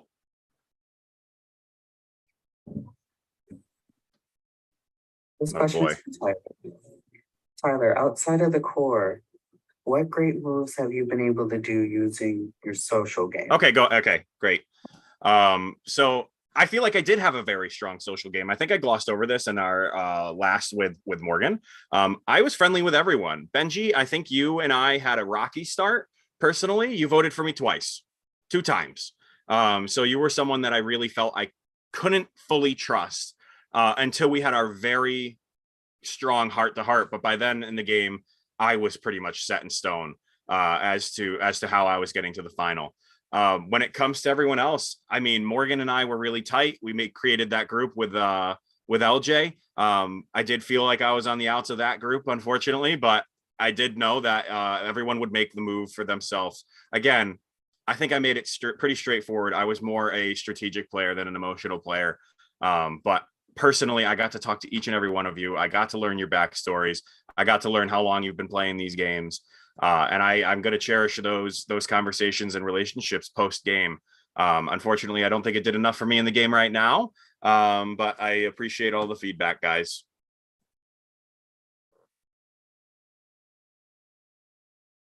I guess I'll go second since my question was second. I think Staten, do you need me to repeat the question or you got it?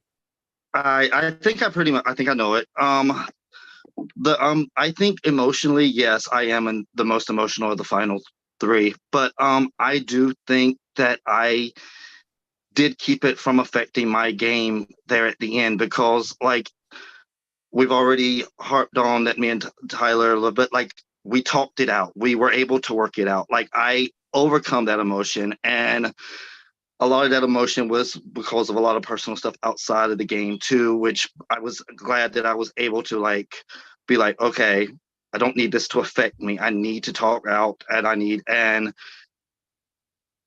and I believe that helped in the end. It made me a better person in the end, which is, if it hurt my game, so be it, but it helped me and my character better, in which that's more to me than anything.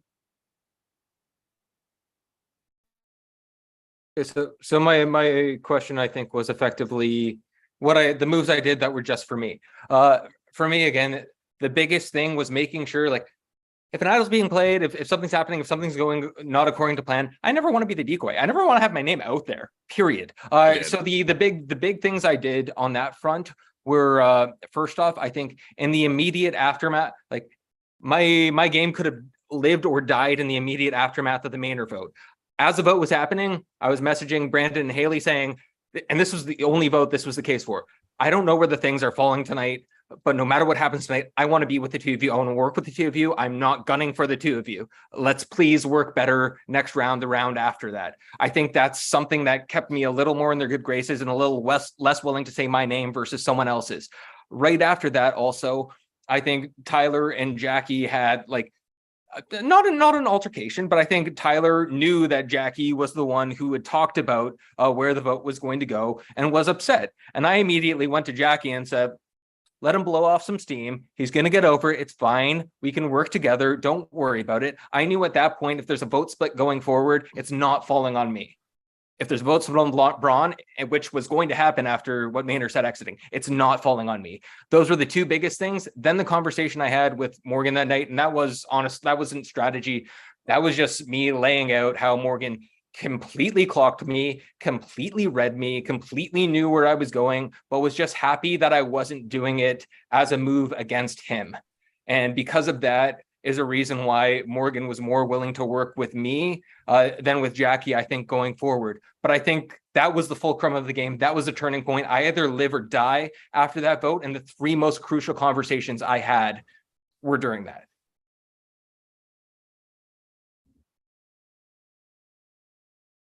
And can I make a comment towards emotional gameplay? Yeah, you have 3 minutes. Okay, so I want to give just kudos to these guys. I feel where my spot is. It's going to come down to these two, I think. So I would like to give both of them a moment at the end before I give my final regards. LJ, you absolutely kept my head on this entire game. I wanted to vote emotionally a few times, and LJ kept my head where it was supposed to be. Staten, you and I had our disagreements, but I completely feel so proud of you for the way that we were able to get through it together.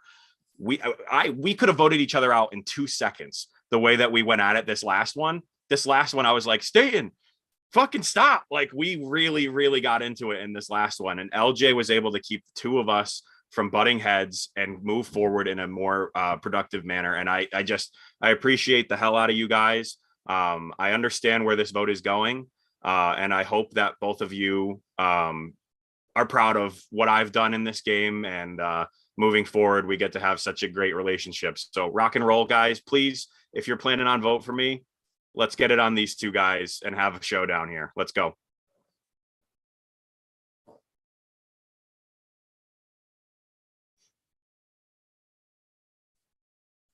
Are you guys good? All this, everything, everyone has everything good to say? Okay, I'm going to stop this time. I'm going to stop screen sharing this. Okay, we are now in the closing remarks. Since it was LJ, Staten, Tyler, now we go Tyler, Staten, LJ. Tyler, your 5 minutes starts in 3, 2, 1. So you've all mentioned that I had an incredibly strong social game. I think I've had an incredibly strong strategic game as well. I knew what was happening tonight. I told LJ that he was probably going to win this. I told Staten he had a better chance than I did. And I really appreciate the opportunity to play here. I know I'm the Troyzan of this vote, and I'm just sitting here watching the votes get cast. And I am excited to see how this ends. But I'm going to use my time to just address these 2 really quick. Staten, when I said core in the beginning, I meant it. I did not want you out until I thought you wanted me out. But LJ made sure that that was not the case. He made me think that, no, Staten's not coming for you. He's just upset right now. You guys had a deeper bond than I did with you. And I completely understand. LJ is one of the most charming people I think I've ever met in my entire life. And I super appreciate that we were able to have the relationship we did, Staten. LJ, you are my brother. I want to say one strategic thing that no one got to ask me about was that when I saw that LJ was by himself on Totoka 2.0, there was a lineup of where these names were. And I said, hell no, into the gates of hell we go together. And I said, I need to be with LJ, and mathematically worked it out that I was going to be with him, and it worked. I know that I can kind of be harsh. I'm blunt with my gameplay. And LJ was the one who kept my head on my shoulders this entire game. He stopped me from playing my idol that I gave to Staten on myself because I wanted Miner out right away. He stopped me from that. I respect Staten so much. I gave him my idol because I had a feeling they were gunning for him. I knew that these guys were gamers, and I still brought them here. I'm a loyal ass person, and I super hope that you guys are not putting it on me because they played a better game than I did. I will pass on my time now to Staten. Tyler, first of all, you played an amazing game, and don't let anybody make you feel otherwise. You are just as deserving as any of us. And but now I do have to talk about myself. Sorry. But what one thing that I have not said yet that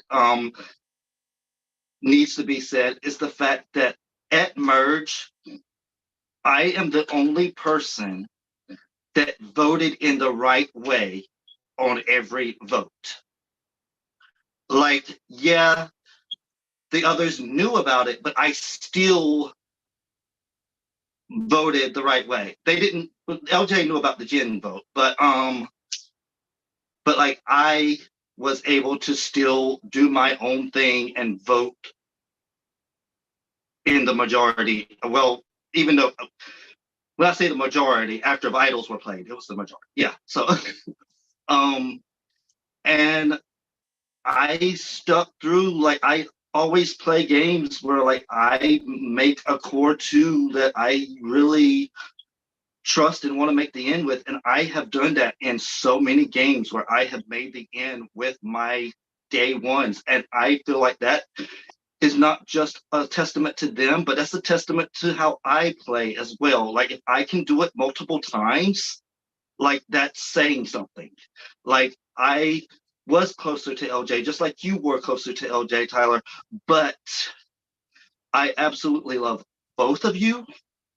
And we all stabilized each other. Like I know LJ had his emotional moment, had his moments where he was freaking out. And like he came to me. Like we all had that moment where we needed to stabilize each other. And that's what got us here as a group. So I know they don't want to hear about the brotherhood, about all this and that, but sorry, it got us here. Okay. Go ahead, LJ. I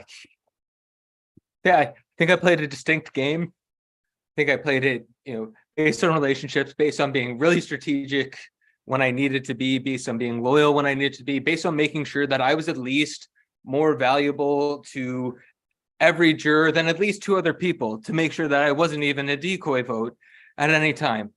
That was my game. Kaylee, I think at one point, like one of the last conversations we had, you told me that like it was something nicer than this, but it was effectively like, you're smarter than you look, which is like, yes, low bar to fucking clear. But that's honestly what I was going for. I wanted to be under the radar, but still able to influence the game strategically and do it while having relationships the entire way that knew I wasn't on the block. I think I took control of the game at Final 8 without everyone except these two knowing that it had happened. And they still weren't willing to get me out. So while I didn't I think David already approved. Socially, I didn't play a perfect game. Far from it. I think I played a good enough of one socially and strategically to be here at the end. I don't want to I want to go through, and this is the only thing I've written out for this. Moments with all of you. I remember from back to front. Benji was after the he was actually in between. It was at Final 6, but we had a long conversation at the end of it. You just told me that you forgave me and to give myself grace and to take it easy on myself, and that if you could do it, I should be able to do it. Stuck out a lot to me. Haley, it's less our moments, and it's more the fact that, as all of us said, the first, whatever it is, you have it, we're all immediately drawn to you as a human. That was what made you so scary, but also what made you so great to try to work with for so many parts of this game. Brandon, we didn't work together as much as I wanted us to work together. The conversations we had outside of this game, at times when both of us should have been scrambling or trying to make sure our positions were fine, me and you just went off and we talked about our emotions and our psyche. And I thought I was your older brother. No, the roles were reversed for so much and all of this game. David, I think it's fucking ludicrous that this happened. I will continue to laugh about this happening. Us strategizing while you're on your way to the club at 12:30 to 1. I'm fucking dead. And you're telling me you don't have to agree to the morning. Sleep on it. I sleep on it. I wake up. I'm at the subway stop in the morning before the train comes. I tell you, yeah, I'm good. And you're on your way back home from the club at the same time. I was just who the actual fuck am I playing with? This is insane. This is absolutely nuts. And I that was out of this world to me. I will continue to remember that. Morgan, golden retriever, period. You know what it is. You clocked me better than anyone will. Jackie, Jack in the Box, don't ever fucking listen to Nick. What the fuck? Like, we can't be doing that, period. Jen, watching you and Karen like this, eyes moving for 40 minutes on part 2 of BB Disney final HOH. That was it for me. I was fucking transfixed. That was huge for me. Minor, you being the only person who has ever been able to give me book recommendations for my fiance on her favorite author. Not going to happen ever for me. So these are the moments I'm taking away. This is what I'm going to remember. You guys can give me one more like good one that I'm fighting for. I hope I'll get no matter what. These are the ones I'm taking. This is the journey. The worst thing for me is if the three of us aren't cool and pals tomorrow and beyond that. I think we've avoided that. This is nothing but a success. And Prod, before, like, I can't, Jesus, the amount of work you put into this to let us have fun, to let us go crazy, to let us be ourselves, to let us like live out little boy and girl dreams. Oh my God. So grateful. So grateful. Thank you. Go Nala. Okay. Guys, look, Okay. emotions. I have them. Hey, everyone. So the time is here. You guys have had your opening speeches. You've heard the jurors, and you've given your closing. I'm going to ask you guys to go on mute. We're going to let the jurors and invite the pre-jurors back to this vote reveal. But Aaron. But in the meantime,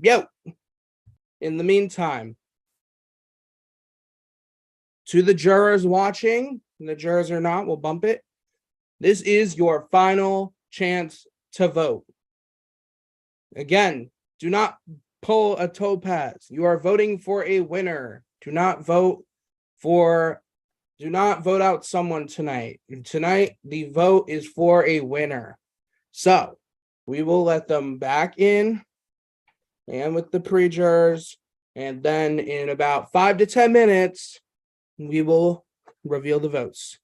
And now you can do shout outs that you're still on the YouTube. Shout out to Nala, the robbed Disney princess, and the absolute Disney queen that she should be. The most incredible character from Lion King. Scar, you fucking suck. Go ahead, LJ. Oh, you got nothing to say now? No, my thunder. It's been shout out to the Bard family. Yeah! Oh my God. Can I quick shout out to literally my most ridiculous social life of the last 30 days. I have worked more in the last 30 days at 2 different jobs. And my right before the game, my best friend's grandfather passing, calling wiffle ball games, trying to create a new channel with my friends, trying to get a job in radio. I have somehow navigated my way to the end. So shout out to everybody who has like kept my head on straight, and shout out to my wall right here, this one, for holding me up for 3 hours and 37 minutes. Okay, just letting you guys know we're letting in some of the jurors. So we'll talk about game. Can I still shout out though? Yeah. It's not game. Okay. Shout out. First and foremost, I was the luckiest person to have watched seasons of Distortion Survivor before this, and having a good person to cheer for. Like, you can be a Nick fan or you can be a Karen fan, and those who know fucking know.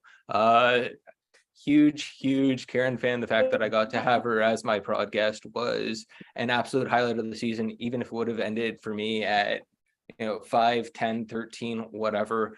Getting to develop that relationship, speak to her, like, get her take on things was unreal.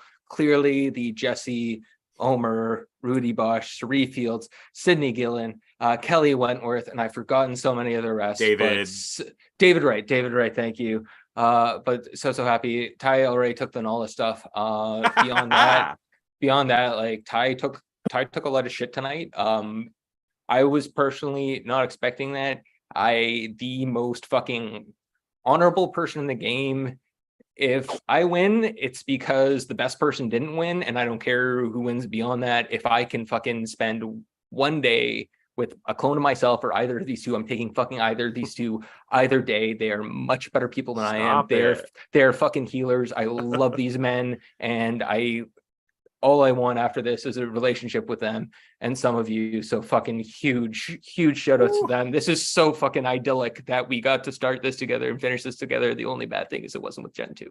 I'm so fucking proud of you guys, and thank you. LJ, I just want to say thank you for when I felt like people didn't like me, and like you told me from like day 1 or 2 that I was one of the people that like. Sorry, you're cutting out a bit. Oh, sorry. No, never mind. Just forget I it. was one of the people who, and then say good things about me. Oh no, like no, you made me feel like I was a good person. You made me feel like I deserved to be here just as much as anybody else. And the fact that you did that, like, because I do have a hard time connecting with people, and the fact that you gave me that chance means the world. I wasn't fucking giving you a chance. I was just telling you I was just telling you who the person in the mirror was. That's fucking it. You're an incredible dude. We're more alike than you would ever know. Like, huge love affair. Our tribe chat was, we were Charlie and Marcus from Gabon. We were Marley. That was our thing the entire way. Like, and we did better than them though. we did a little better than that, but no, like all I did was tell you who you are, and all you did was listen, and you're one of the best listeners I know. So I'm glad you heard me when I spoke. Thank you. I have so much love for you guys. Shout out to Dom and Wendell. I guess I'm Dom. So I'm kind of hype about that. Shout out to me finally being able to get some damn sleep. I don't have to wake up at 3:30 after going to bed at 1. Dear God. And shout out to me and Jen for being the only like vets on a freaking tribe with nothing but newbies. Like So I hope it's an episode title, but it's when I'm like, I can't get over that. I'll stop now. I'm gonna spotlight myself. Look at the shirt. Little unbuttoned action. I know. You got an unbuttoned probes shirt right now. What's happening? Okay, guys. I have the votes. Again, you want to see your names on these parchments. Oh. Okay. Anyways, I'll read the votes. I would like to play my Nick compliments advantage. I muted LJ. Anyways, I'll read the votes.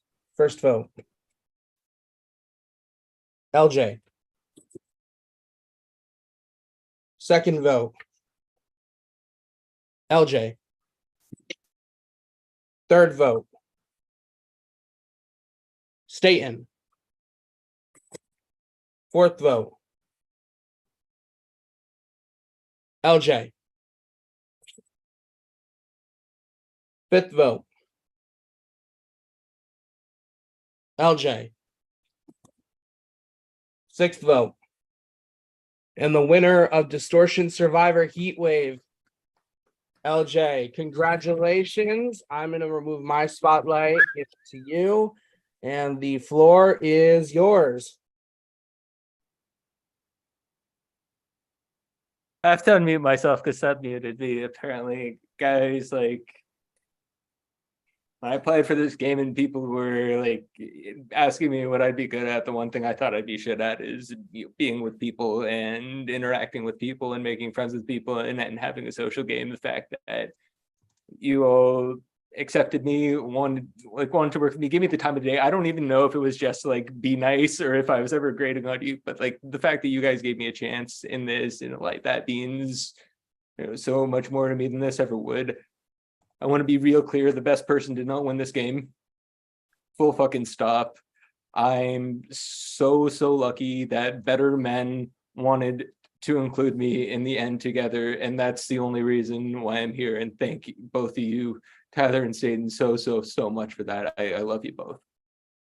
Thank you. That's all I got. Okay, I'm going to spotlight Staten. Staten, you did get second place, so The floor is yours. First of all, I just want to say thank you to each one of you that I got to play with. I'm sorry I did not make the connections with some of y'all. Like, I hope that I can meet y'all again in these games. Like, or just, if you ever just want to, like, I don't go on calls, but if you message me, I will talk to you. If you're just having a bad day or whatever, like, talk to me. I I want to say thank you to Jen for in the beginning when I was like so willing to like let all these newbies go further in this game, and Jen was like, no, you deserve to be here just as much as anybody else. And like, I've played these games so many times, and like, it's to meet people. It's to like, I am a closeted gay guy who uses these orgs to be myself and to find a community where I can do that and have straight guys love me for who I am. And like, it means the world to me. And I am so proud of you, LJ. I'm proud of you, Tyler. Like, I, yeah, I lost. Yeah, I got one vote, but I won this game because I was here with the two people who saw past so much and still stuck with me. And yeah, sorry. Yeah, I'm an emotional player, y'all. Can you not tell? Staten and Tyler, I will give you the floor. Oh my God, look, my head's so big. Guys, really, I do appreciate even the few kind words I did get here at Tribal Council. I appreciate the ones that I got.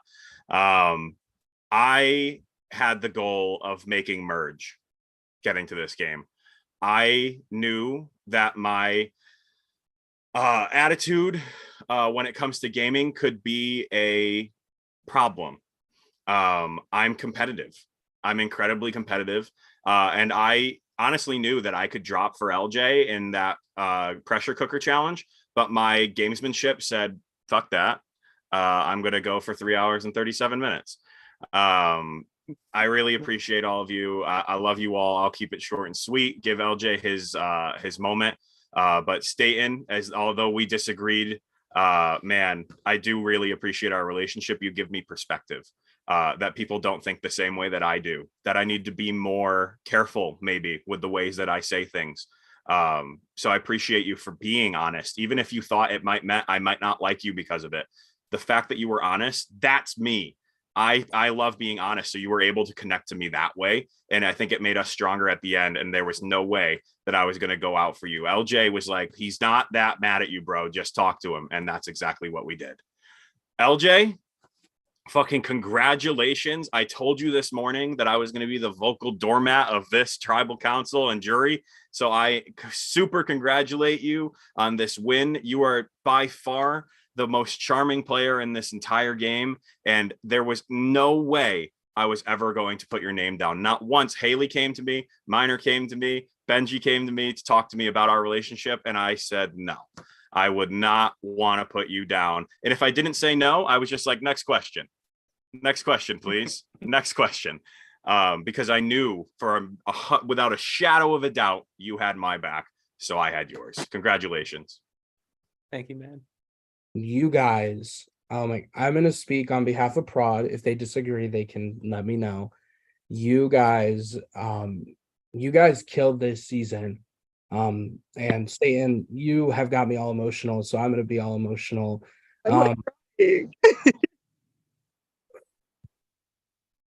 6 months ago, Distortion was done. And it really this is hard. I thought the passion that we put towards these games was over. And I'm so glad that we were able to find a cast. Literally, guys, you were the best cast I've ever hosted. You guys have, when I say World's End season 2 was amazing, you guys went above and beyond. LJ, Tyler, Staten, you guys killed this game. don't. Like, no matter how many votes were in that urn for you, you killed this game. Tyler and LJ, especially as newbies, the fact that you were able to come into this game and like Oh God. eat. Oh my God. Like, you guys need to stay in this community. Like, I cannot stress it enough. If you guys leave after Distortion, I will find you, force you to apply for another game without your consent, and then you will just have to play. I'll apply in with their name, so they're I heard All Stars is a thing, so just you have my number. Okay, but that being said, I love each and every one of you, and we're going to show that because we have awards. And Grace has made a very cute PowerPoint, and I'm going to give her the ability to screen share. Before we get into awards, I want to speak as well. Back in March of 2022, Seb came to visit me in Georgia. And we had been, and this is when I was living down there, we had been talking and playing around the thought of an idea of going back into hosting an org. And one night, one of the nights he was there, because he was there for me like over a week, we just sat in my room and just started talking about hosting again. And then that conversation got deeper and deeper. And that night, the name of our game was created.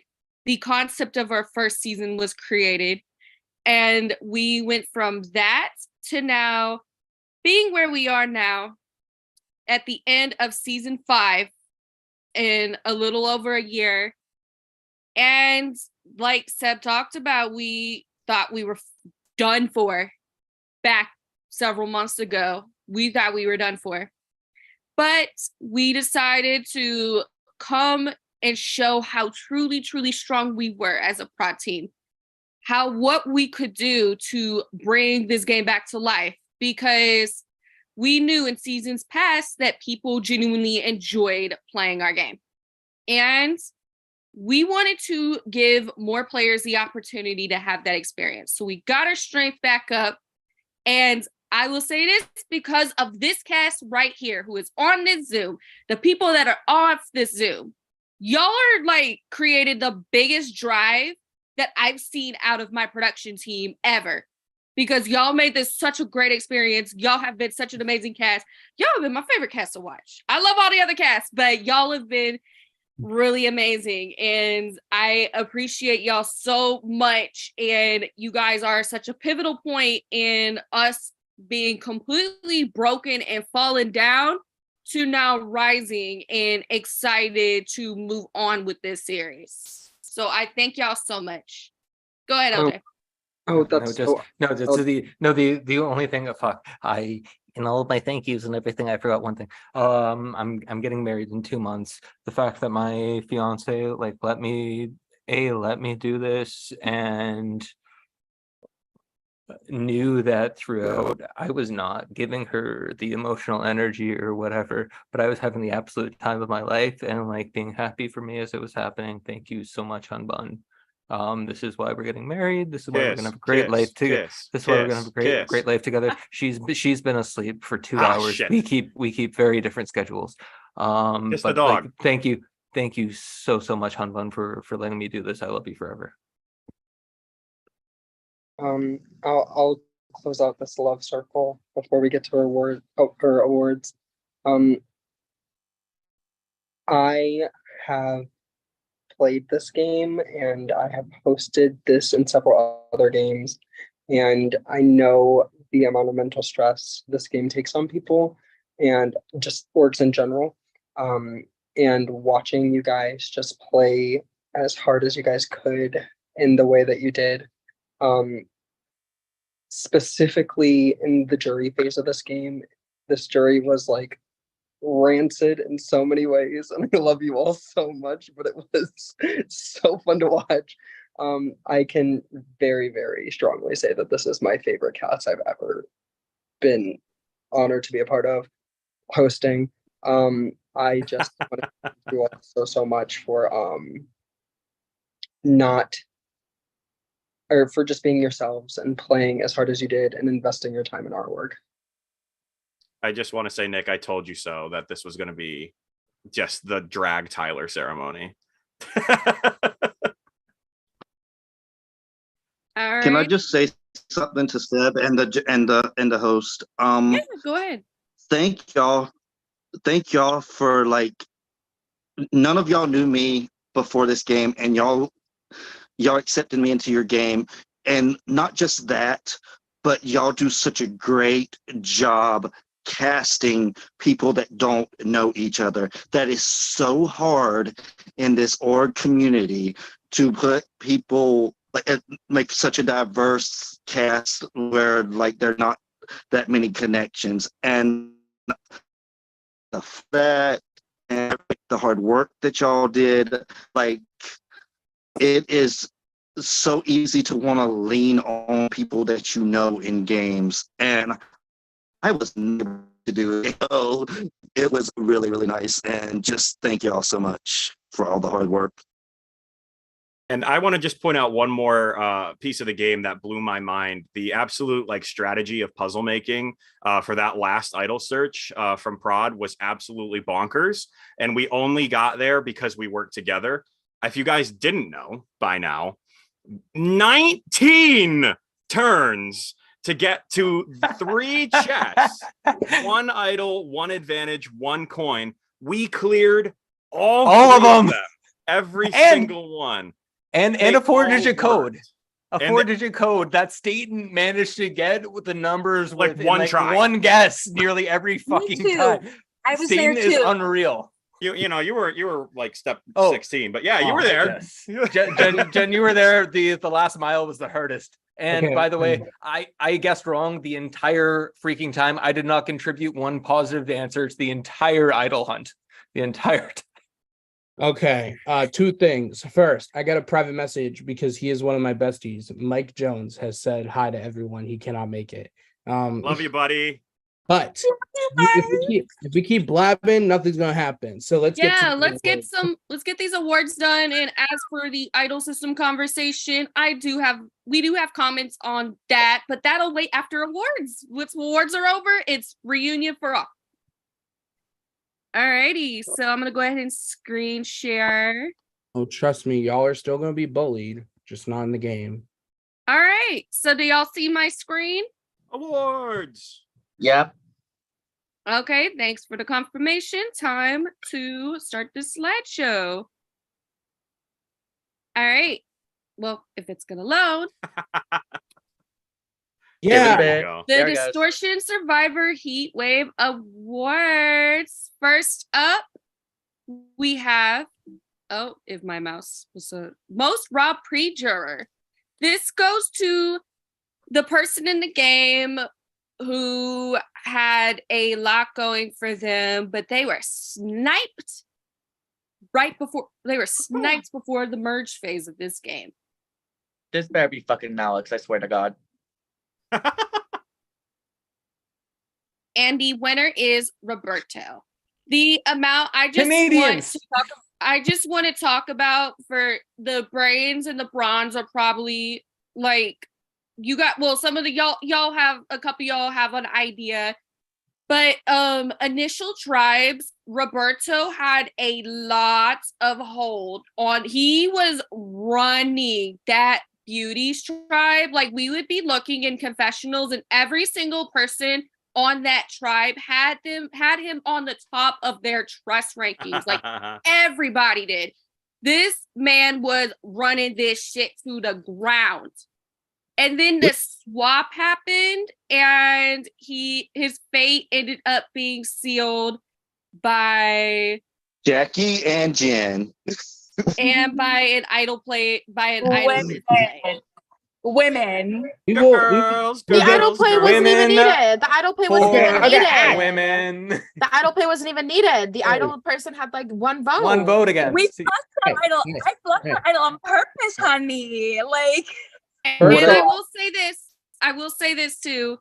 Had Roberto survived that tribal council and made the merge, I feel confident that the beauties would have freaking ran the merge.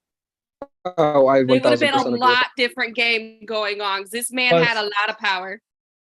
I was just gonna say, I think that had Roberto made merge, this boot list might be reversed a little bit, because the beauties definitely would have dominated a lot of the game.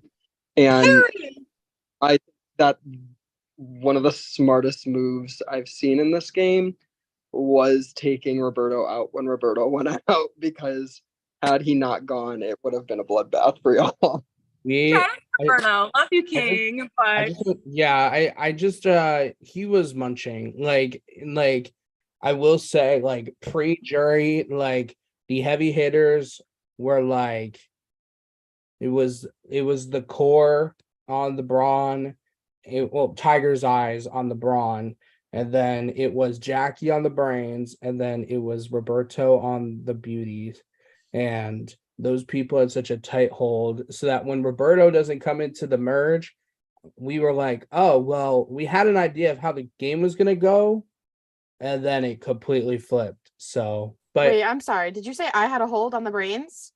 Oh, very much so. Yeah, you did. You, and a big alliance that dominated the Brains was the Jab Alliance with you, Alex, and Brandon. Oh, let's go Jab. Let's go. Yeah. R.I.P. Alex. That was a sad. Okay, R.I.P. I just want to Alex, confirm. I just man. want to confirm. let's just go next one. All Who's right, doing Grace? Nick will be doing the next one.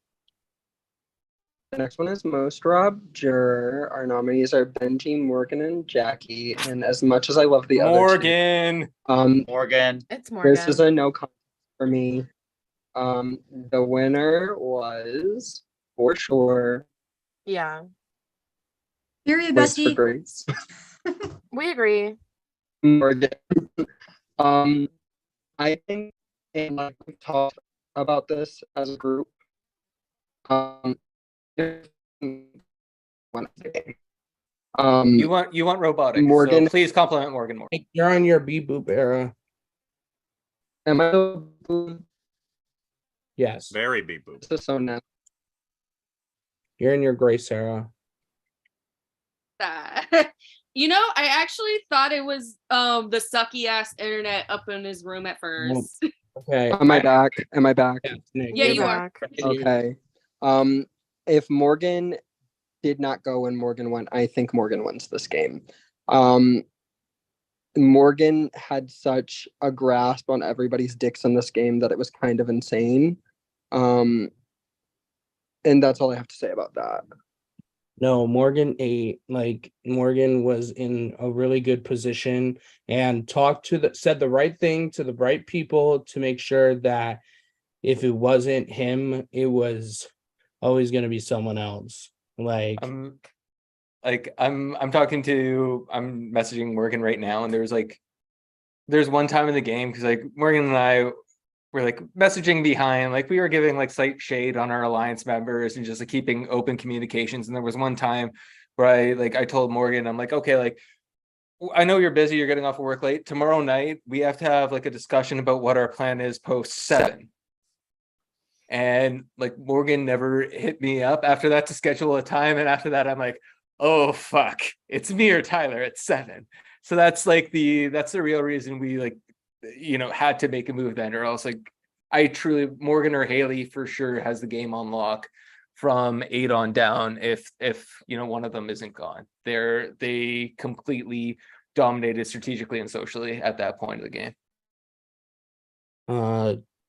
Nick, you said stuff, right? Grace? I just gotta say I agree with that.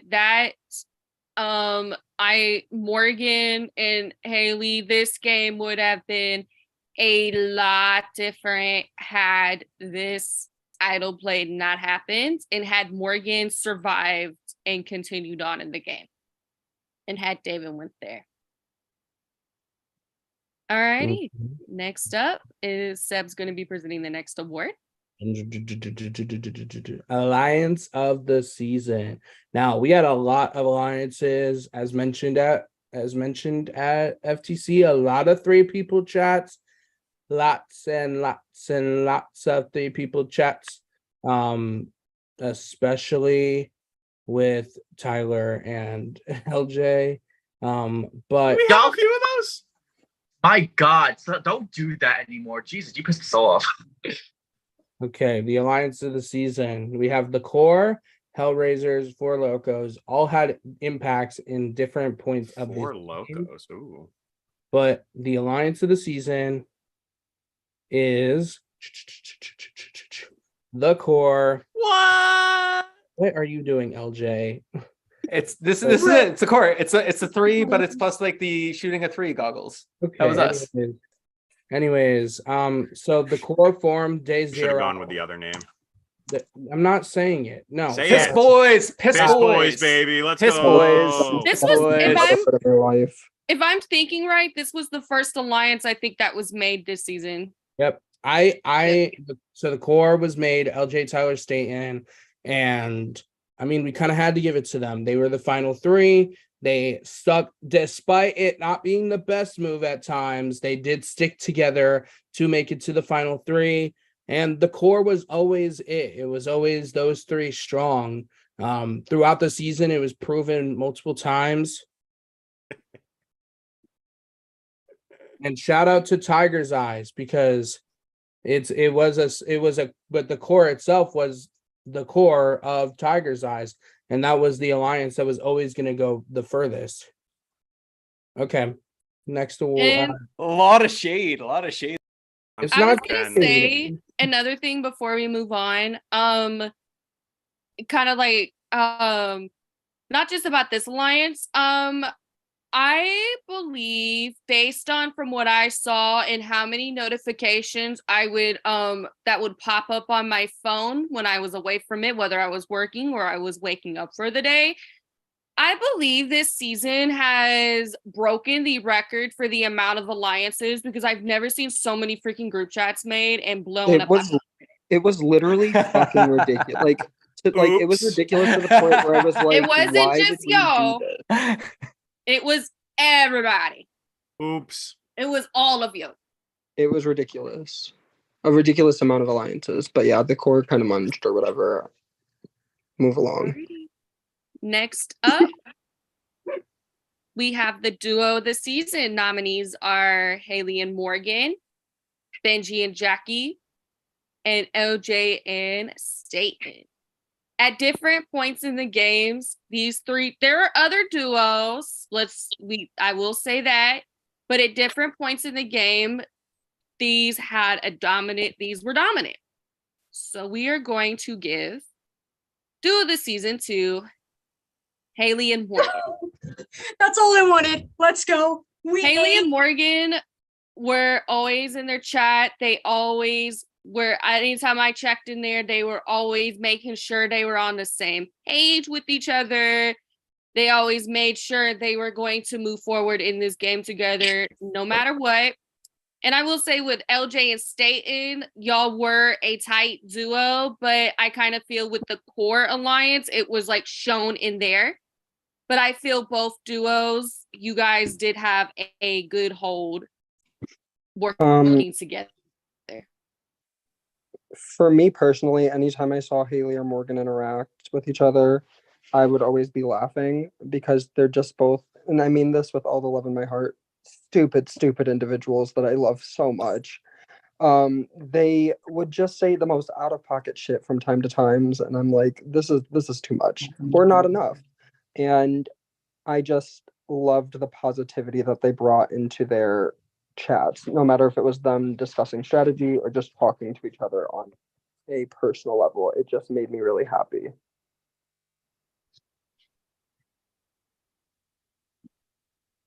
Another Do thing you want anything? Oh yeah. So I know everyone in here being like, oh, why isn't it Tyler and LJ? Why is it Tyler and LJ?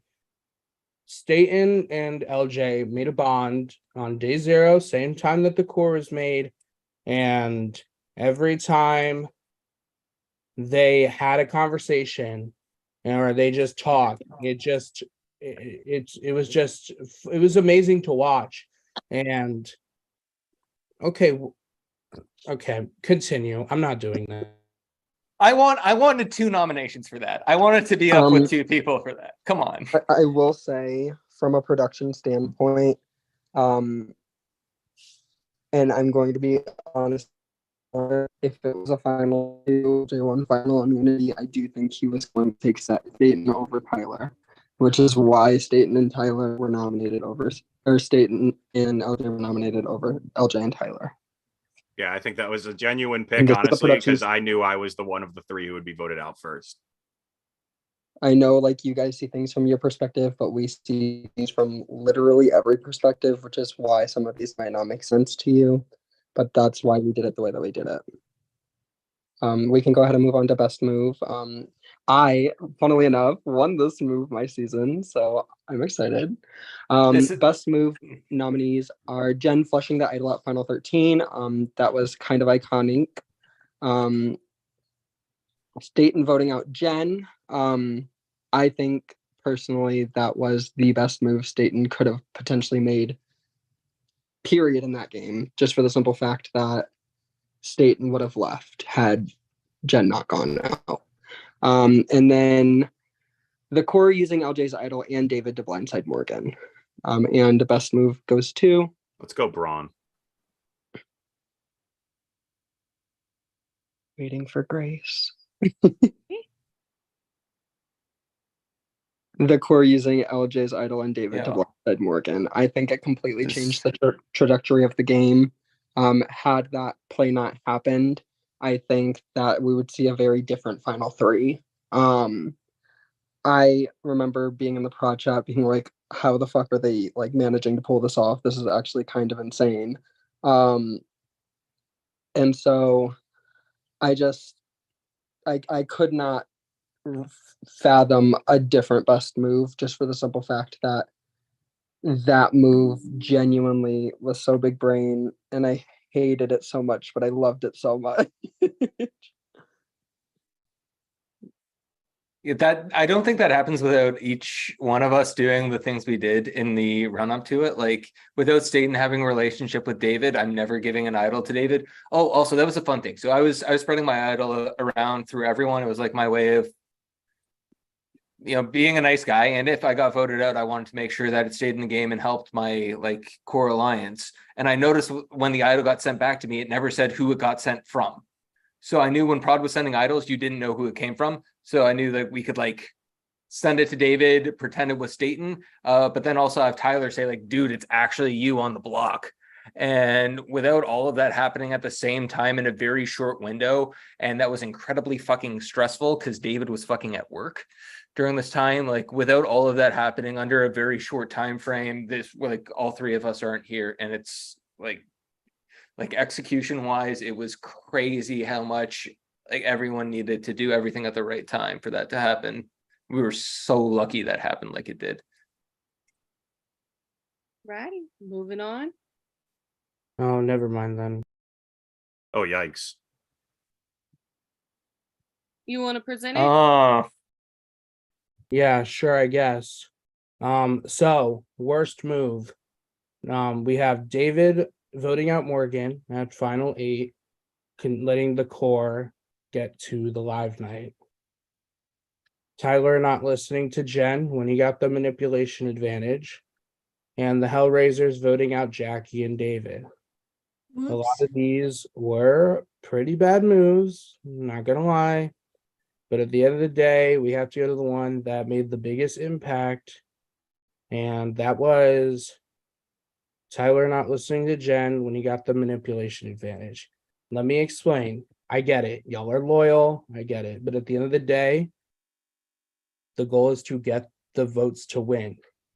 Other people have different motives, but at the end of the day, this is the sole reason why Tyler lost the game, is because he couldn't take out the person that everyone was comparing him to, and it caused him to go to the end with that person.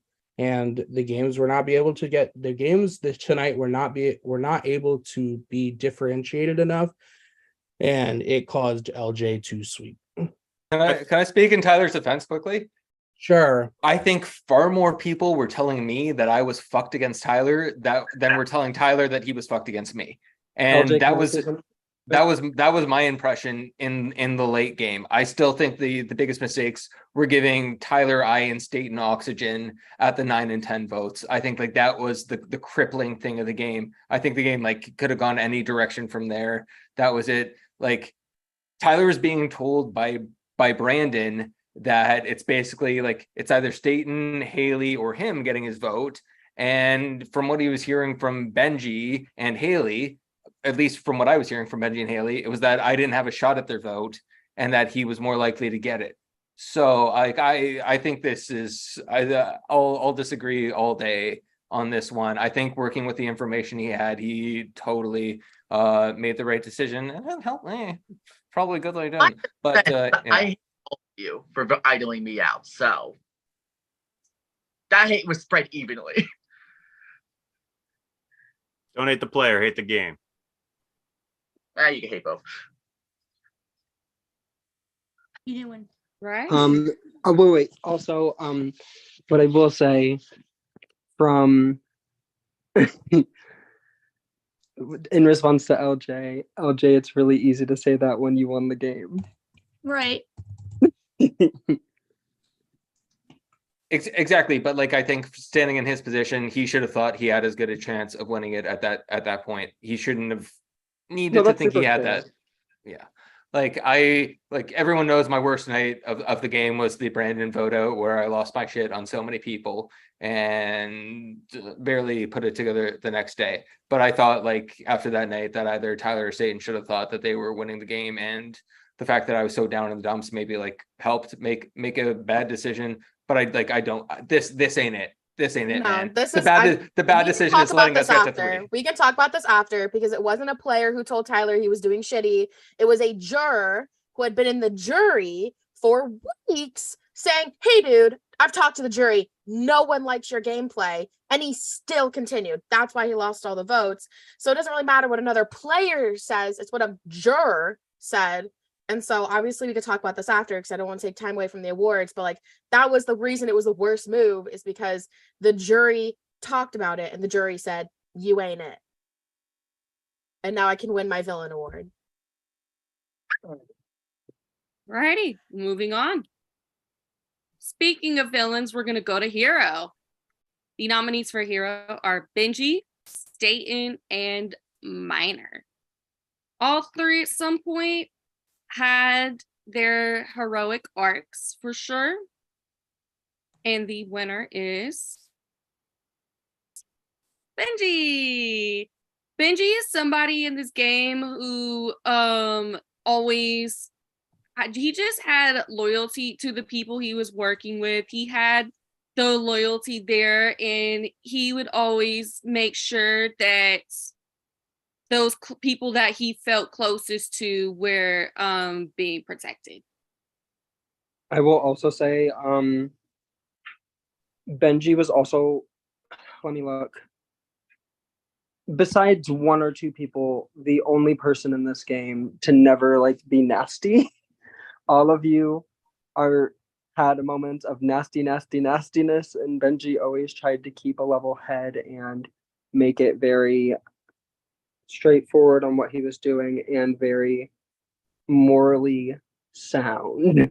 Some of you had some not very morally sound moments this game, and it very much showed.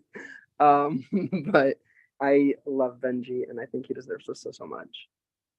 Yeah, I think Benji was just the sweetest person, like from day one, and he just really, resonated that positive energy to prod and to the players who would talk about him in his prod chat in their prod chats, and I just really enjoyed it. And I feel like a true definition of a hero could be someone who didn't give up and didn't just sit there and let things happen.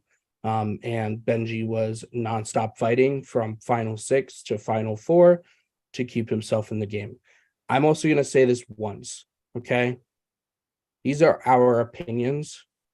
These is what we picked, our opinions.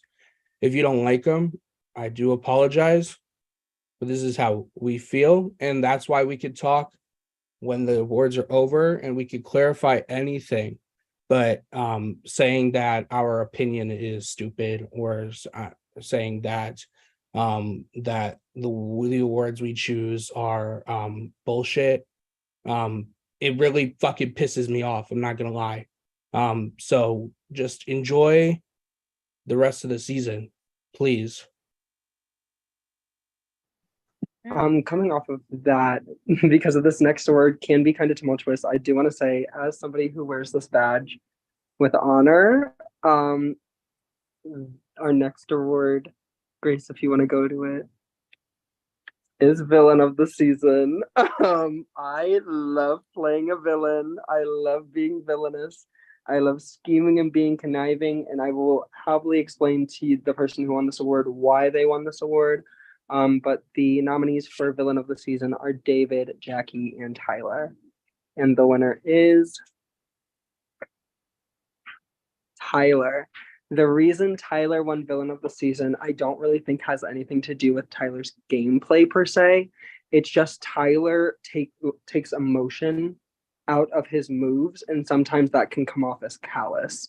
And there were times exactly, and there were times in this game where I think you just had a disconnect emotionally with some people, where I like production could see where you were coming from and why you were like saying things the way you were saying it, but when you don't have all the pieces, like if because they can't see all of your game, and like only you in production really can see all of your game, so because they didn't have those pieces, it got taken very negatively.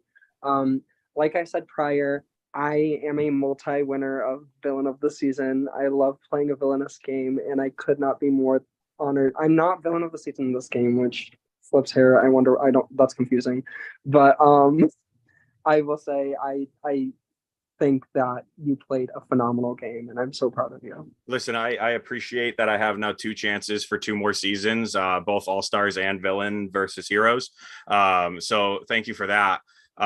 Jackie, why are you still so sassy with me right now? Every time I talk, you just are like, this guy's talking again. I appreciate that you think I'm so mean, but let me have my moment for one moment, please, Jackie. I got third, and I got to be the villain of the season. Please. I don't need, I know LJ, you want to jump into my defense, and anyone, you don't have to. I played this game exactly how I intended to play this game. And unfortunately, people took it as me being callous and Staten. I guess you weren't the only one. So that's it. I'll take my badge and wear it. Also, I want to say, Nick, you won Villain of Prod, so technically you got a villain award. I just slayed, kind of munched y'all, not gonna lie. Alrighty, moving on. Seb? Okay, so we have underdog of the season. Again, our definitions may be different than yours. So we have David, Benji, and Minor. I think these 3 have definitely fought the hardest in this game. But we decided to give it to David. Now, David, we will all admit, was hella chaotic, hella blunt, but that I don't want to say that David fully put himself in the position to be an underdog, but David very well was fighting and took every opportunity to be bold with his words, and like anytime he needed to fight, he fought.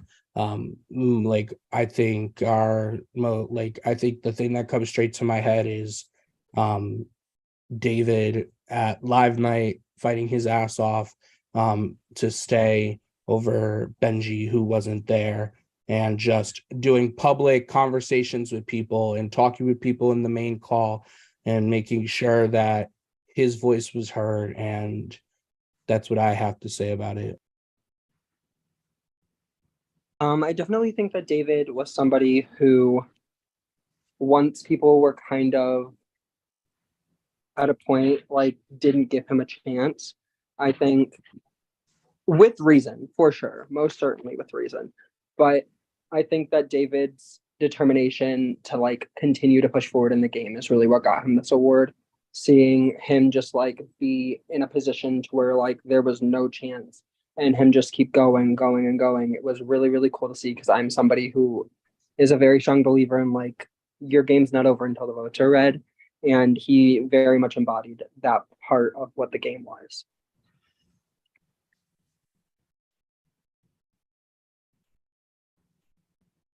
Yeah, like David, he also another thing, yeah, he came into this merge without Roberto, who was his number one ally as final two.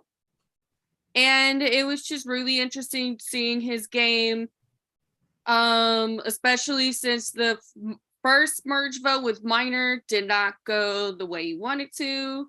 After losing his closest ally, it was just interesting watching him navigate his game and ultimately getting taken out during Billy's big brother. So yeah. Moving on. Rivalry of the season.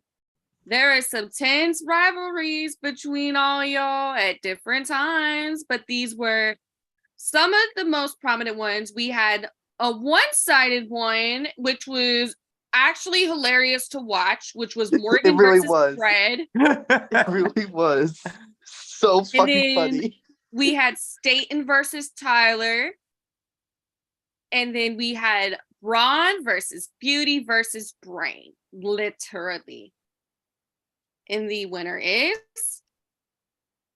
Staten versus Tyler. Even though y'all were working together, when that final 4 round hit and Tyler had you not won immunity, it was war.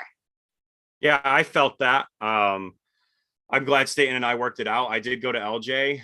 Staten, full disclosure, when you came at me that last time, that was time 3. And you know I like baseball, and usually 3 strikes means you're out. But man, I couldn't pull myself to break us up there, buddy. And if we're rivalry of the season, fucking awesome. We fought and we overcame it. So congrats to that. I think that we decided to give rivalry to Staten versus Tyler is because there was a lot of rivalries this season. A lot of people who were very open about not liking others and very open, like when it came to different, just beef in general.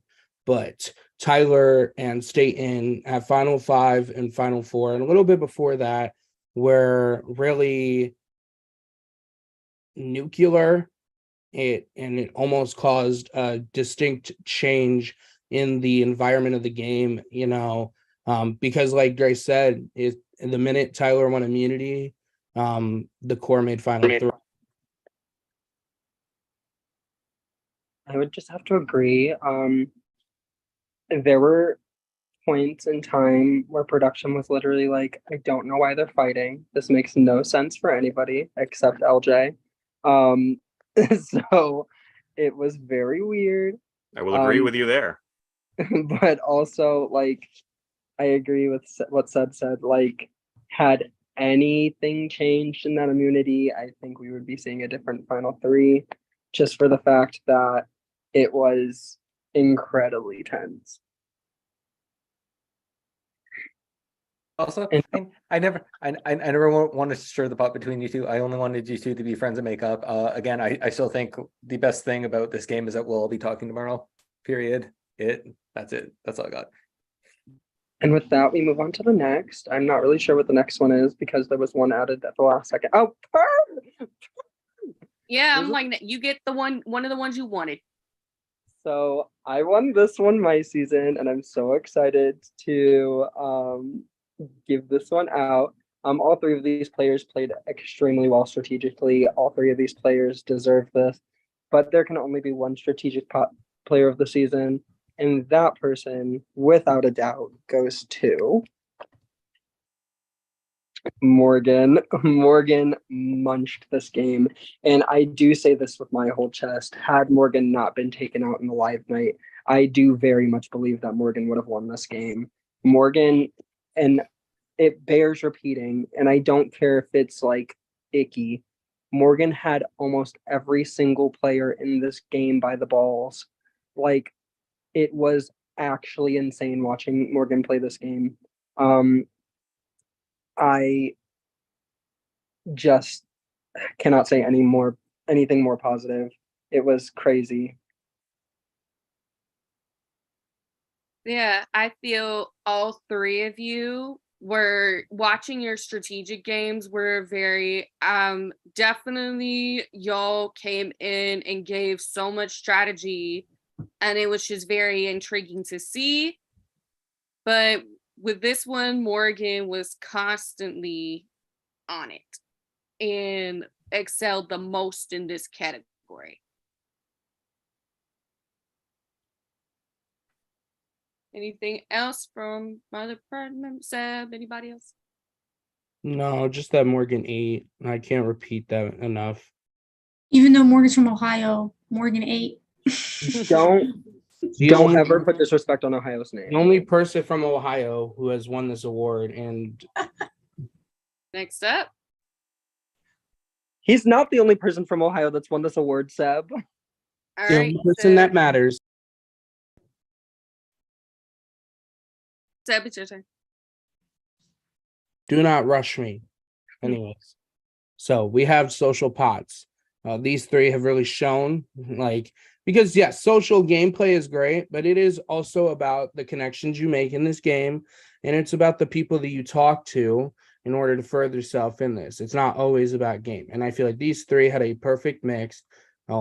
We feel that these three had a perfect mix of personal and strategic social gameplay. And so the person we gave social pots to was Haley. Damn right. Haley, you were talking. And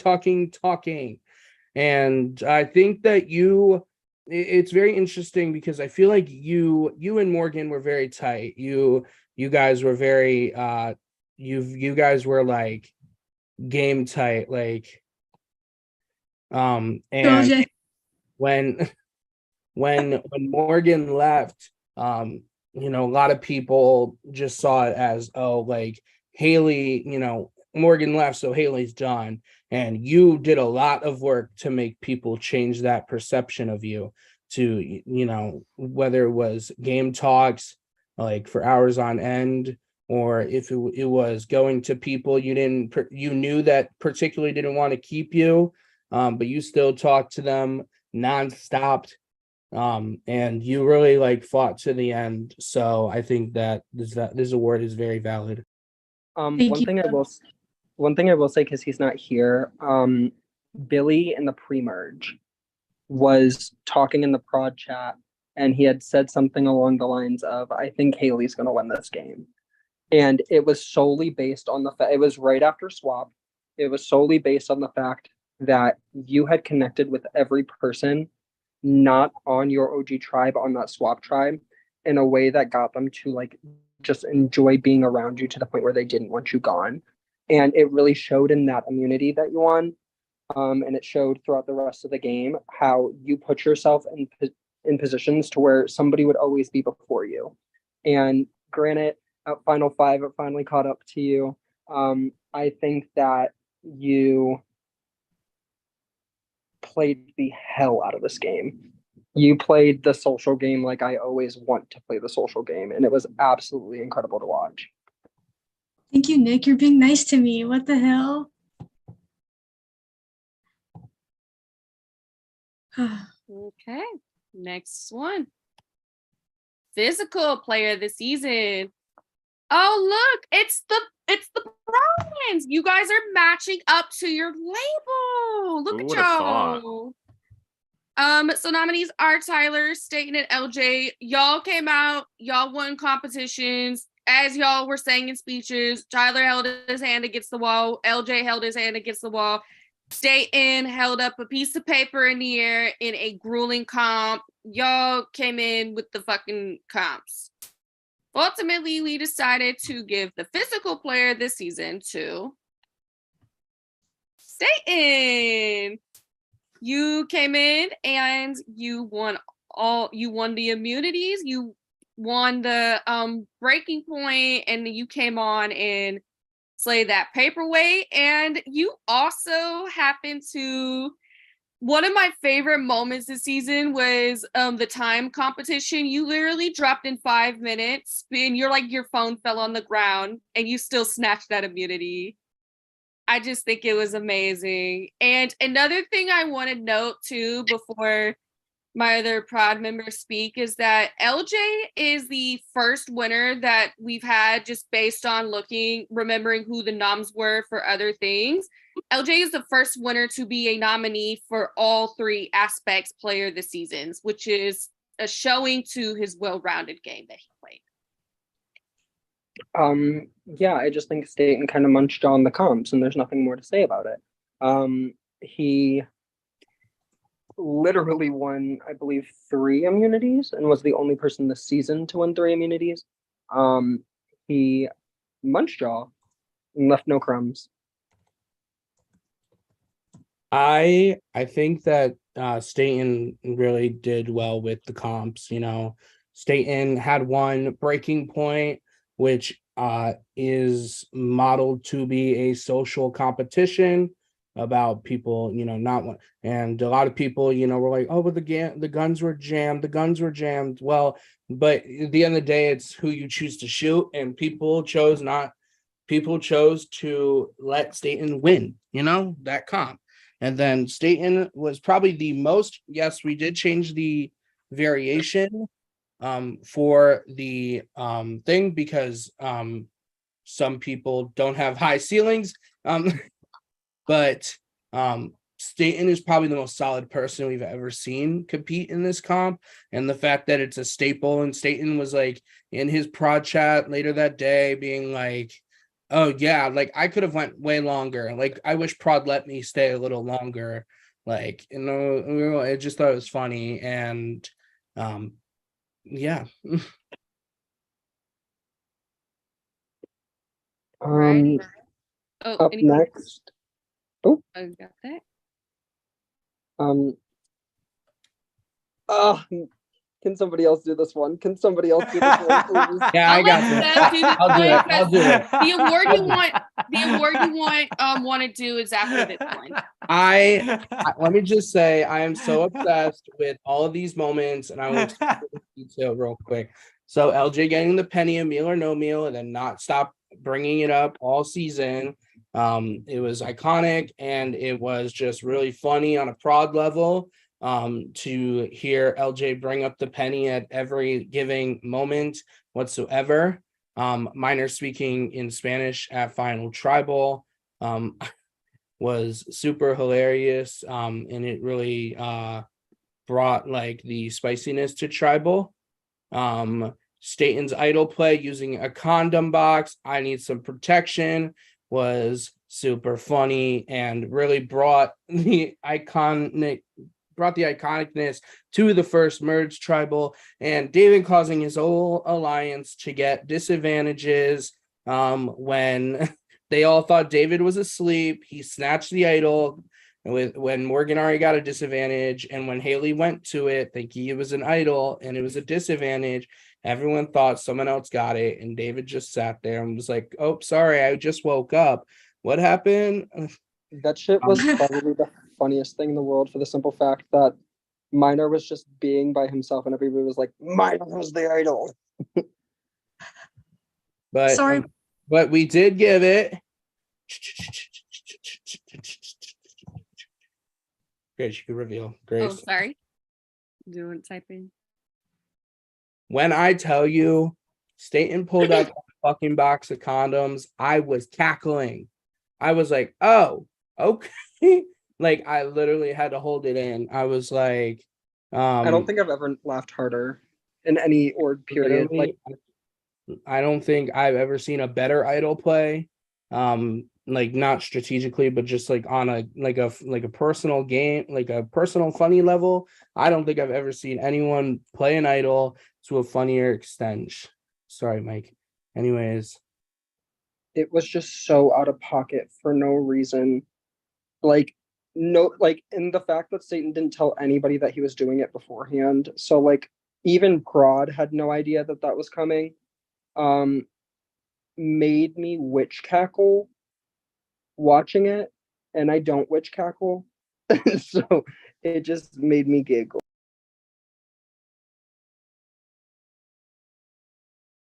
Okay.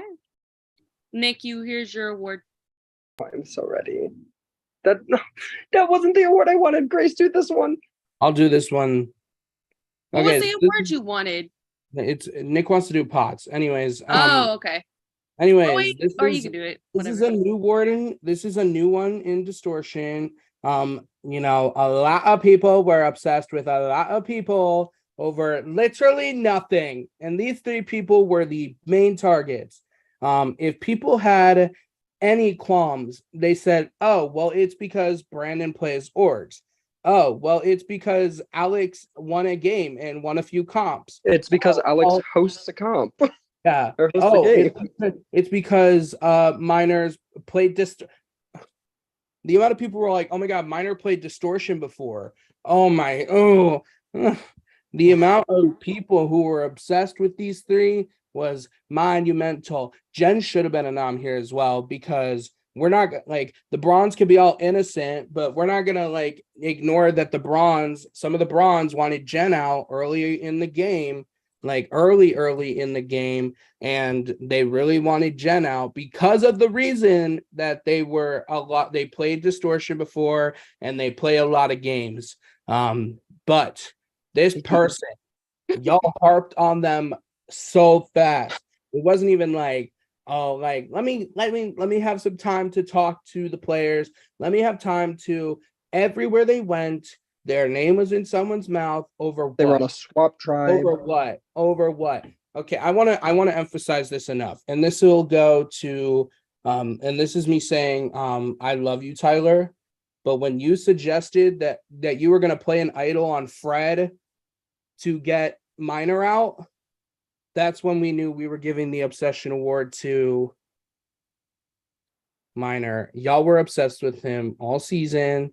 What was he doing? Miner was literally vibing all season. Miner read a book and y'all were like, "Oh my god, he's reading the code to win the game." Exactly. I just say it didn't matter where Miner went. For some, like, it didn't matter if he was swapped, if he was on the merge, his OG tribe. For some reason, and I'm saying this with my whole chest, y'all were so obsessed with him. Shook by Miner. Shook. Like, I've never seen an entire group of people be so obsessed with somebody for such a minute Miner, reason. you shook me to my core. Tyler, do you remember like the morning I came to you where like I was like, you know, I have a really early day at work today, but Jackie and Miner were on a call and I couldn't get off the call, because if I get off the call, then it's Jackie talking to Miner and then we're all doomed and then the game's over. Miner that was exactly it for me. Like that was I'm gonna tell you exactly what I feel. Haley, Morgan, and Roberto. Be quiet. Haley, Morgan, and Roberto, from the start of the game, were like, we have to get Miner out. Oh yeah. Like Miner was in his prod chat. Miner was in his prod chat writing Taylor Swift lyrics about you guys. Because like the beginning of the game. No, I wanted to say that freaking like all I kept seeing, like Fred was so inactive and not talking, and all of you were complaining about Fred not talking or Fred not responding, and Fred not responding. Meanwhile, at the same time, let's take Miner out when we lose. And then on top of that, we get to the swap, and Tyler's willing to throw his idol on the most inactive person in the game to get Miner out. Correct. We get to the merge, and LJ spends 6 days planning out this Miner vote. For what? As a prod team, we were literally just so after this, maybe somebody can explain it. Maybe Miner's. I'm happy to. I can do it quickly if you want. The only thing we got wrong was choosing Miner rather than Morgan. That was it. Like, in all honesty, it was like, from what I was talking about, it's like, who's willing to work with you, who isn't. I never got the sense that Minor was willing to work with me long term into the game. I should have known that also applied to Morgan, who was playing a lot harder at that time. Really, it should have been Morgan at that time, not Minor. But like that was really the only thing we got wrong, because Minor had clocked us. Like Minor knew what we were about. So it's like it was an obsession, but also like it was kind of right. No, because let's look at it this way as well. So when Alex left, it was like, oh my God, Alex left. I'm shocked. And then that was it. When Brandon left, it was final 6. Like when Minor left, LJ was like, how dare Minor talk about Mother Jen like that? How dare Minor be such a jerk and call out Jen when he was leaving? I love Jen. I love Jen. I was like, you are obsessed. And then because you like this obsession, and then it was like the core chat, it'd be like, I still can't get over the fact that Minor called Jen out. And then Jen called someone out. I'm like, wow, Jen really did that. And I was hell yeah. I think it was just the amount of delusion. Minor was just spinning like a pretty ballerina all over this game. And y'all were like, listen, you're saying delusion, but we knew what kind of player Minor was. No, but I also did say we should. I also did say we should not vote Minor anymore. And you guys were like, no. You said Minor's name to begin with, so we should just go for it now. Correct. It's your fault. Thank you so much. Thank you so much. I'll take the blame. I am the reason Minor left. I'll take the blame for that. I'll explain at the end of the awards. One of my favorite moments had to do with Minor was when Minor was leaving and Minor was calling out Jan. I just remember sitting there and like Jackie just lifts her head up and she was like so shook. She was like, oh, Jackie's reactions to some of the votes are some of my favorite things in the world, but we're going to move on, or we're going to talk about this forever. But what I will say, and without any response from anybody, y'all are obsessed with Minor. Minor is a golden human being, and I love Minor so much. Moving on. All right, Nick, you wanted to do this one. Oh, I do. This is another one that I won. I don't mean to brag or whatever, but player of the season, obviously the nominees are strategic player of the season, social player of the season, and physical player of the season. What I will say is this person, just from start to finish of their game, dominated every portion of it. And it was, even though they lacked a little bit on the physical side, they couldn't complete an escape room, and that's fine. Not all of us can. Another thing, I want to add something real quick. LJ, as the winner of the season, winners are not eligible, and this is any award, by the way. Winners are not eligible for player of the season awards. It's only if you get runner-up or if you get booted or sooner than that. Yes, because the game. You're the ultimate player. You want. The logic is you are good excuse for me to not win anyways. I'll take it. But what I will say is this person just overall played a game that production was just so enamored by, and we absolutely adore this person. So Grace, if you want to go ahead. Our player of the season is Haley. Let's go, Haley! Haley! Haley, your game from start to finish, the strategy was there, the social was there, the physical was meh, but you played a phenomenal game, like an absolutely phenomenal game, and I really hope that you're proud of the game that you played, because you played an incredible game.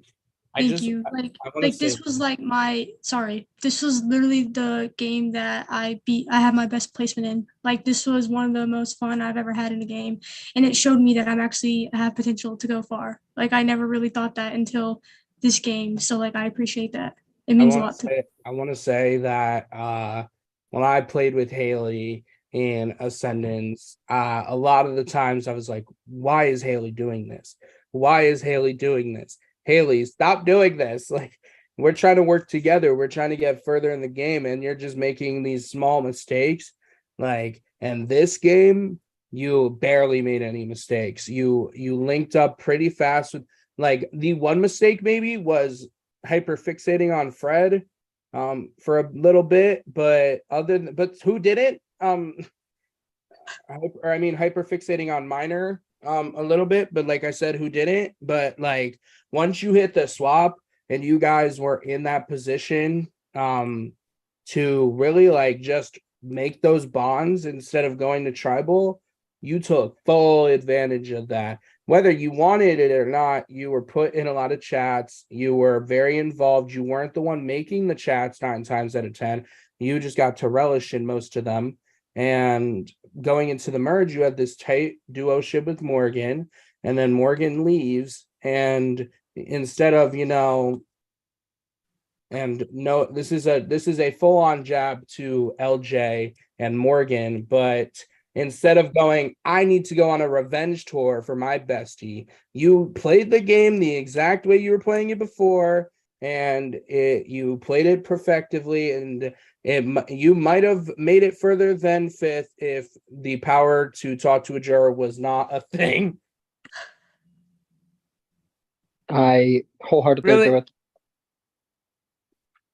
I think that the way you handled Morgan's boot was perfection, and the way that you like responded to it, I would not be able to.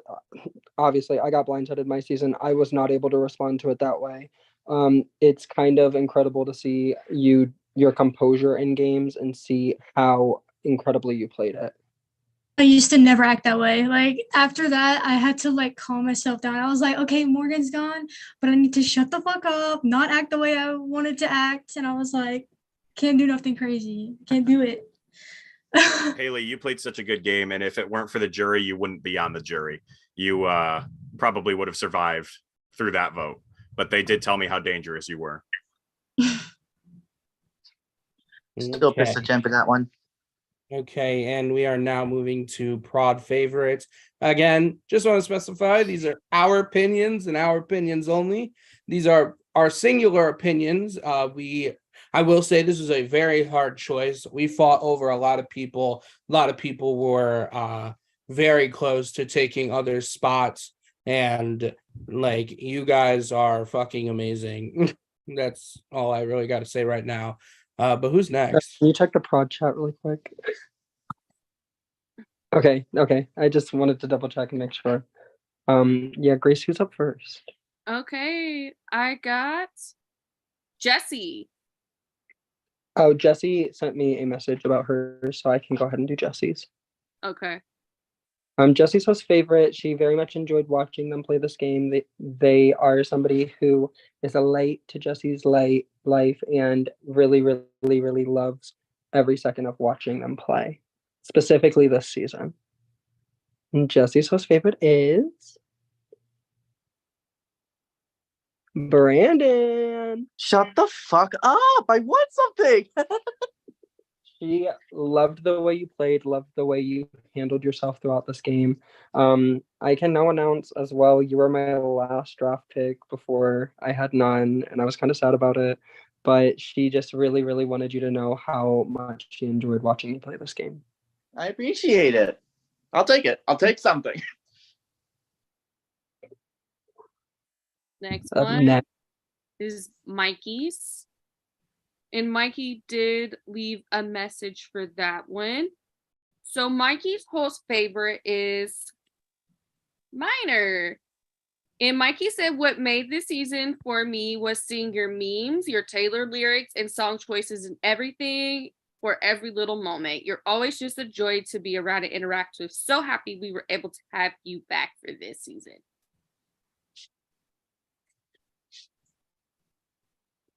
Please do you want anything?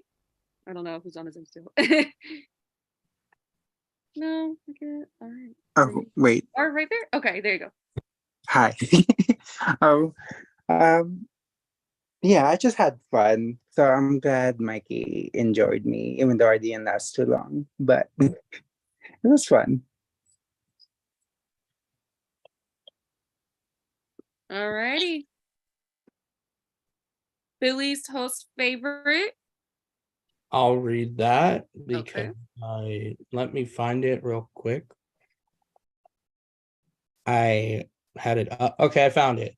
Okay. Billy's host favorite was, you can reveal. It was Haley. Billy said, as much as I usually root for game bots and other things like that, this season was full of them in terms on how shit was going to go. Haley, for me, brought a breath of fresh air in that regards. I didn't get to know Haley before the season, but I found myself looking in your chat and seeing what you had a lot to say.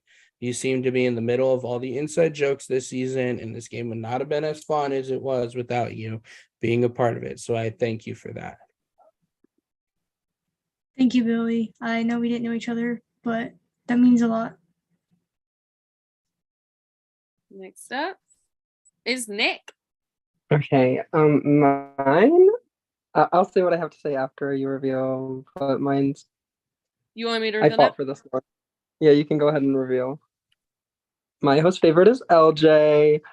I have to say nice things about LJ now. Okay, I wrote it down so I didn't mess up. When Zed told us that you applied to the season through hearing about orgs through Carolyn and a Twitter tweet, I was kind of excited, and every single second I watched you play this game, I was kind of in awe. Earlier tonight, you said that you didn't play the perfect game, but from production's perspective, you definitely did. I am so incredibly proud of you for doing what Karen and I couldn't, and I couldn't be happier to host you. From our late night stupid chats in your production chat to us insulting me quite literally every practice.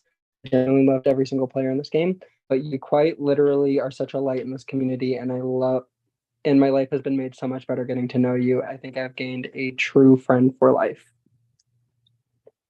Cute. I've got really nothing. Thank you. Like I wanted to make friends with like the cast, and making friends with Prod was just like next level. And thank you. That's like I've got nothing. All right. Next up is mine.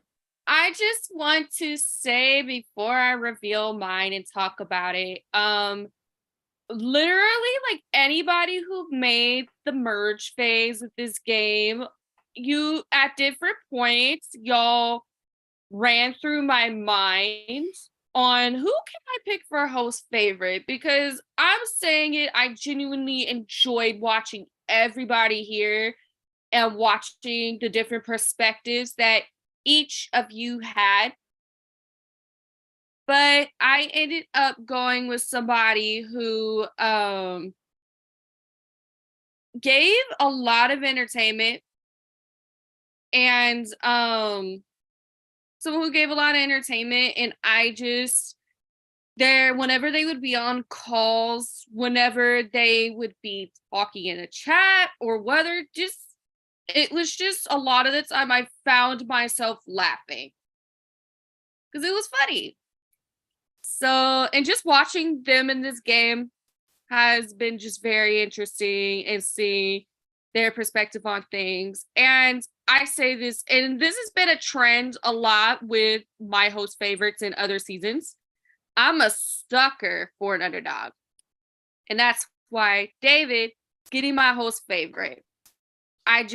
Anytime like I said, he was on a call, I was laughing. He just, like the boldness this man had, it just was amazing. And watching him come for me because Nicki Minaj is not my number one artist. Love that. And one of my favorite moments, it was mentioned in one of the most iconic moments. I saw this whole entire thing play. I was sitting here in this spot that I'm in right now and watched the whole moment happen when the way with the temperature idle system, you had the temperature idle system, you had the disadvantage, like the idle was on one number and the number before and the number after, there is a disadvantage there. The funniest thing watching it play out was when Morgan got the first disadvantage on the idle board and ran to the four locos and said, oh my God, I got a disadvantage. Get the idol. You know what happens? David quietly goes in his prod chat, says the next number, gets the idol, and Haley's like, I'm gonna get it. And Haley ends up getting the disadvantage. And they're like, dang, somebody else took it. And at first, they thought Minor had it because of that. And then they're like, oh, David's not around. David was around. Not in y'all's chat, though. He was around in that prod chat and sniped that idol and made y'all get those disadvantages. That's what I knew. This guy. Ooh, I'm excited. But yeah, that's my host favorite. and he's not here to comment. So moving on. That's it. Okay, so I have my host favorite. You know, I'm gonna say this right now because I know I'm gonna get shit from it. I never pick any of my IRLs for my favorites. Jacob's in here, he could tell you. In fact, Jacob will tell you. But I'm going off script here because I have two. One of them was here, and then one of them I just added recently because I had them as my favorite, and then I was contemplating, but I'm the host of the game, so I get to add two. The first one is not on this PowerPoint, so I'm gonna say my favorite, one of my host favorites was Tyler. He's not gonna believe it right now because I know it's been a tough time tonight. I understand. But first of all, love a CT King. We love people from Connecticut. And just I think the big thing for me was like you're very charismatic and you're very yes, you are blunt and you are very cocky, which is fun to watch. But I just think that the passion you put into this game is like none other. Like you as a newbie, the amount of time that you put into this game, oh, I loved watching it. I loved hopping on calls with you because you did exactly what a newbie does, and you make mistakes, and some of them you didn't. Some of them you will find out next game, but some of them you came back into this game and you fully were like, yes, I'm going to, this is how I'm going to move forward. This is my game plan. This is what I'm doing. Let's go from this point to this point. Let's go from this point to this point. And yes, were you a villain? Yes. But who doesn't love a little villainy? Like Billy will say it if he was here. Who doesn't love to root for the villain? So man, I do. Anyways, goodbye, Nick. Anyways, you can click the person on my host fave is Morgan. Morgan, meme icon, legend. Every time I hopped on a call with Morgan, it was just humor. Me saying my stuff about Ohio and Morgan just rolling their eyes. It was really funny. And on top of that, yeah, Morgan had very funny confessionals. Morgan was one of the funniest people in their prod chats. And Morgan just, I don't know, I really enjoyed watching them this game, mostly because like I watched them in Inferno Kaleidoscope. I don't know what we're calling it now. But I watched them in Kaleidoscope and I thought they were really like, I was like, oh yeah, they're an org newbie. Okay. And then when they won Best Confessional in that game, I was like, oh, okay, how can a newbie win Best Confessional? Oh, just being in there was amazing. It was a trip, but yeah, that's all I have to say. Grace, I think this is the last award, correct? Yeah, we're moving on to our last awards. So we got through all these, and now we want to show some fun love to every single person that competed on this season. We have superlatives for all of you that I came up with. So let's go ahead. And all the superlatives start with the, as in like Megan Thee Stallion. So that means you are the boss of that. First up, we got Corey. The one most likely to go to the bar over doing a music video. Oh my God. No, This Jackie. Literally. This was This literally happened. This was a huge part in Corey going home the first round because Corey ended up getting sick and not filming anything for a music video, which is understandable because you don't want to film anything. And later on goes in the chat, like a few hours later, oh, I'm going to the bar. And we're like, everybody, as prod, I'm like, and then when I saw the Brains Tribe saw that, I'm like, Corey, you just dug yourself a hole, bruh. Let me tell you that me and Jackie were absolutely fucking heated when seeing that. No, because I literally said that if I were in urgent care and telling people that I was gonna go to the bar drinking, I'm like, you can just film a 30-second video with your surgeon on Snapchat. Like, that's why my episode quote was just do a little jig. Like, you literally couldn't just do a little something because we lost major points for it. And then he literally knew, and he was like, honestly, you guys can just vote me. I'm so over this. And we were like, Bruh. Okay. this is accurate. Anyways, Thank you. anyways, love Corey, but like, dude. Next award. Mike, the Tower of Hanoi victim. I just want to say that a big reason Mike went home when he did is because he was not awake with the rest of the Braun tribe. In the puzzle, when you guys had to pick the puzzles, he was not awake. And that Tower of Hanoi single-handedly sent that tribe to tribal council.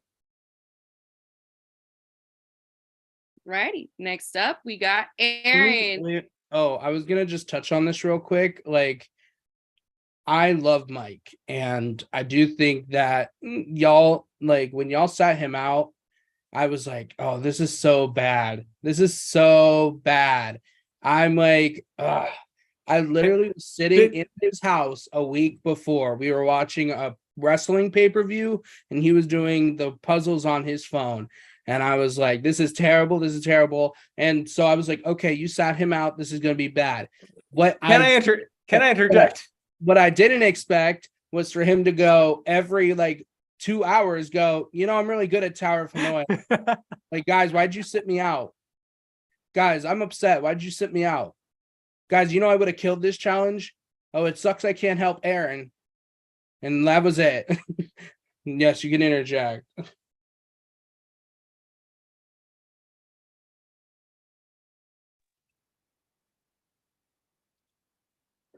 Elder, you gotta say something?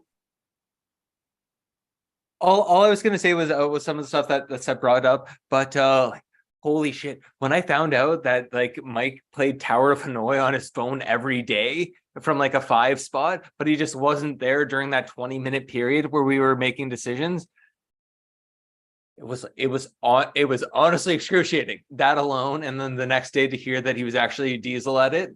That was quite quite something. Like I put in my confessional for that vote. I was like, didn't do the Tower of Hanoi, here comes the Tower of Terror, motherfucker. So that was it for me. It was like, it was so rough how it happens based on not being around your phone for 20 minutes. That's like how quickly something can change in pre-merge. It's so crazy because he was a very active person in like the music video and things like that. He's very active. It's just like a fact of not being around for 20 minutes completely turned his game. He was a great member of the tribe. We loved having him around, and things just happened the way they happened. Also love Aaron.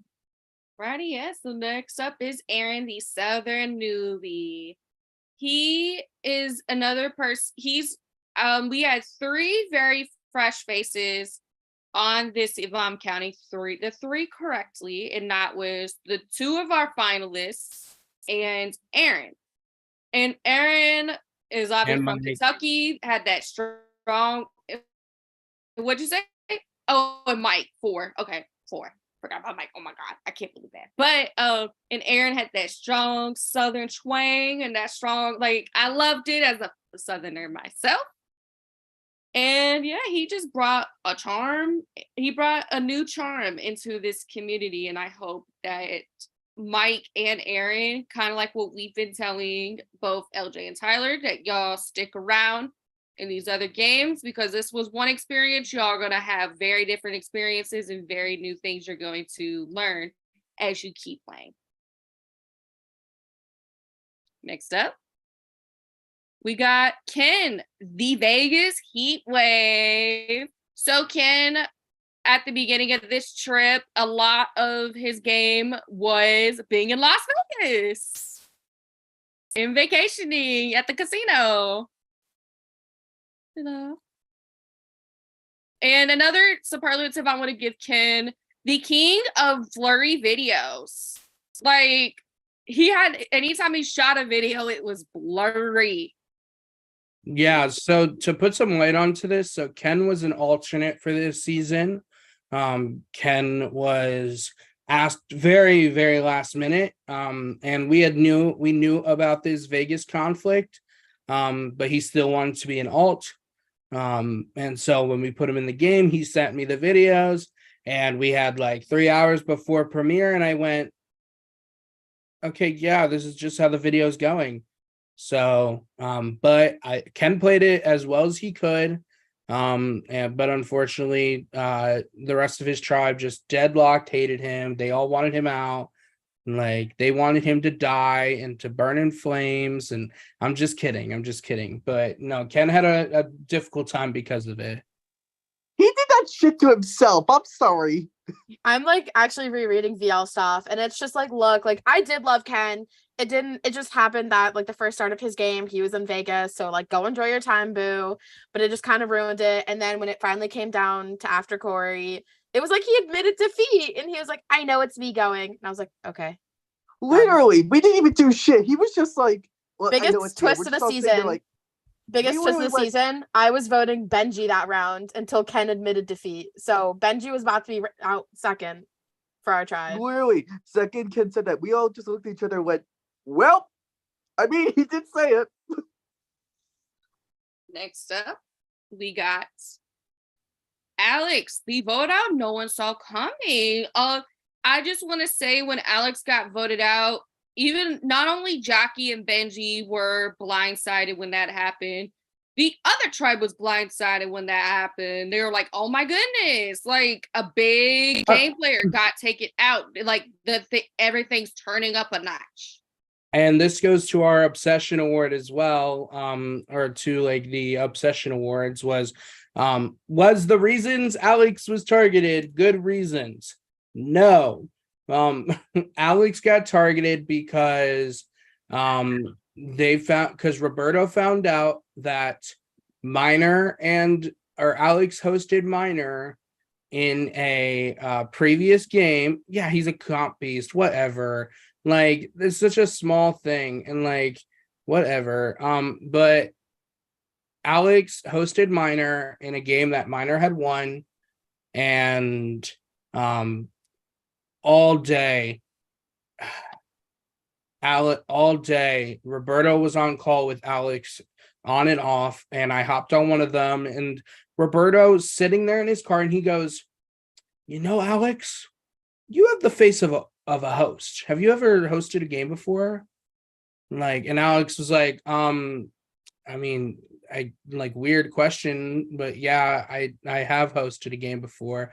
He's like, yeah, I think I've seen it around or something. Like, you just give me like host vibes. And I was like, oh my God, this is terrible. But the vote no one saw coming because Prod didn't really see it coming because it happened in the last like 10 minutes before Tribal. It was a very epic scramble. I'm gonna ignore I said that. That was cheesy as shit. Alrighty, next up we have Roberto, the confessional assassin. I'll say this, Roberto's confessionals were absolutely amazing. Like, I just love, he would go in his prod chat whenever crazy with confessional now please, and he just gave us content. Like, he always had so much running on his mind, and it was nice. It was really cool to hear. Next superlative. I will say this is the first superlative that I thought of out of all of y'all's. And it goes to Fred, the inactive king who blew us off for Beyonce. See, Grace is a lot nicer because my superlative for Fred was just the. So Grace is a lot nicer than I was. I'm not gonna be blunt. Fred played like 12 games at a time. Had never played escape game in his life, and even Prod hadn't heard from him to the point where he self-voted on his elimination. So, and the fact is, it would have been the second full unanimous vote in distortion if Haley's votes were not split. Also, no, literally, and why I mentioned Beyonce, the only message that Fred sent in the swap tribe chat was him at the Renaissance World Tour. And it was I was like, like, that is disrespectful. I was like, that is disrespectful to Beyonce because the one moment you want to be active is when you're at Beyonce concert. Literally. Bro, he still got me here. My God. He's a Gryffindor. I know he's a Gryffindor. And, you know, that might be it. But I know he's a Gryffindor, and I'm really glad he reached out during that period of time. All I know is he likes basketball, and that's from his intro video. All I know is that people think he's hot. No. Oh my God, yes. The amount of complaints we got being like, oh my God, like, who said he was hot? Because the amount of complaints we got this season of like, Fred should have been on the Braun tribe. Why wasn't Fred on the Braun tribe? Beauty. If anyone had He should have been. Yeah. If anyone had complained about someone not being on the right tribe, it was everyone being like, why wasn't Fred on Braun? We got no, it was also Jen. Jen was also not on Beauty. That was also an issue we had. The biggest reason for that is because we wanted to have the women food on every tribe. on every tribe. You wanted to split up the females. You wanted to split up the females. We get it. Oh, I did. It's women haters. It's women haters. We got it. I said what I said. Not us. That's what I Haley, said. Jen, and I figured that out. Grace, We figured it continue. out. what? Just What'd you say, Sam? continue. Just keep going. Next up, jury superlatives. Minor. The Taylor Swift to Distortion. Minor always had a Taylor Swift song or a Taylor Swift lyric for every single person in the game. Taylor Swift is mother. Next up, we have Jen, the husband killer. And that was because she smacked Topher with the chair in the Eye of the Tiger music video. And that was one of the most funniest moments I have ever seen in a music video. Next up, Jackie, the most likely to send us to Dr. Hannah for help.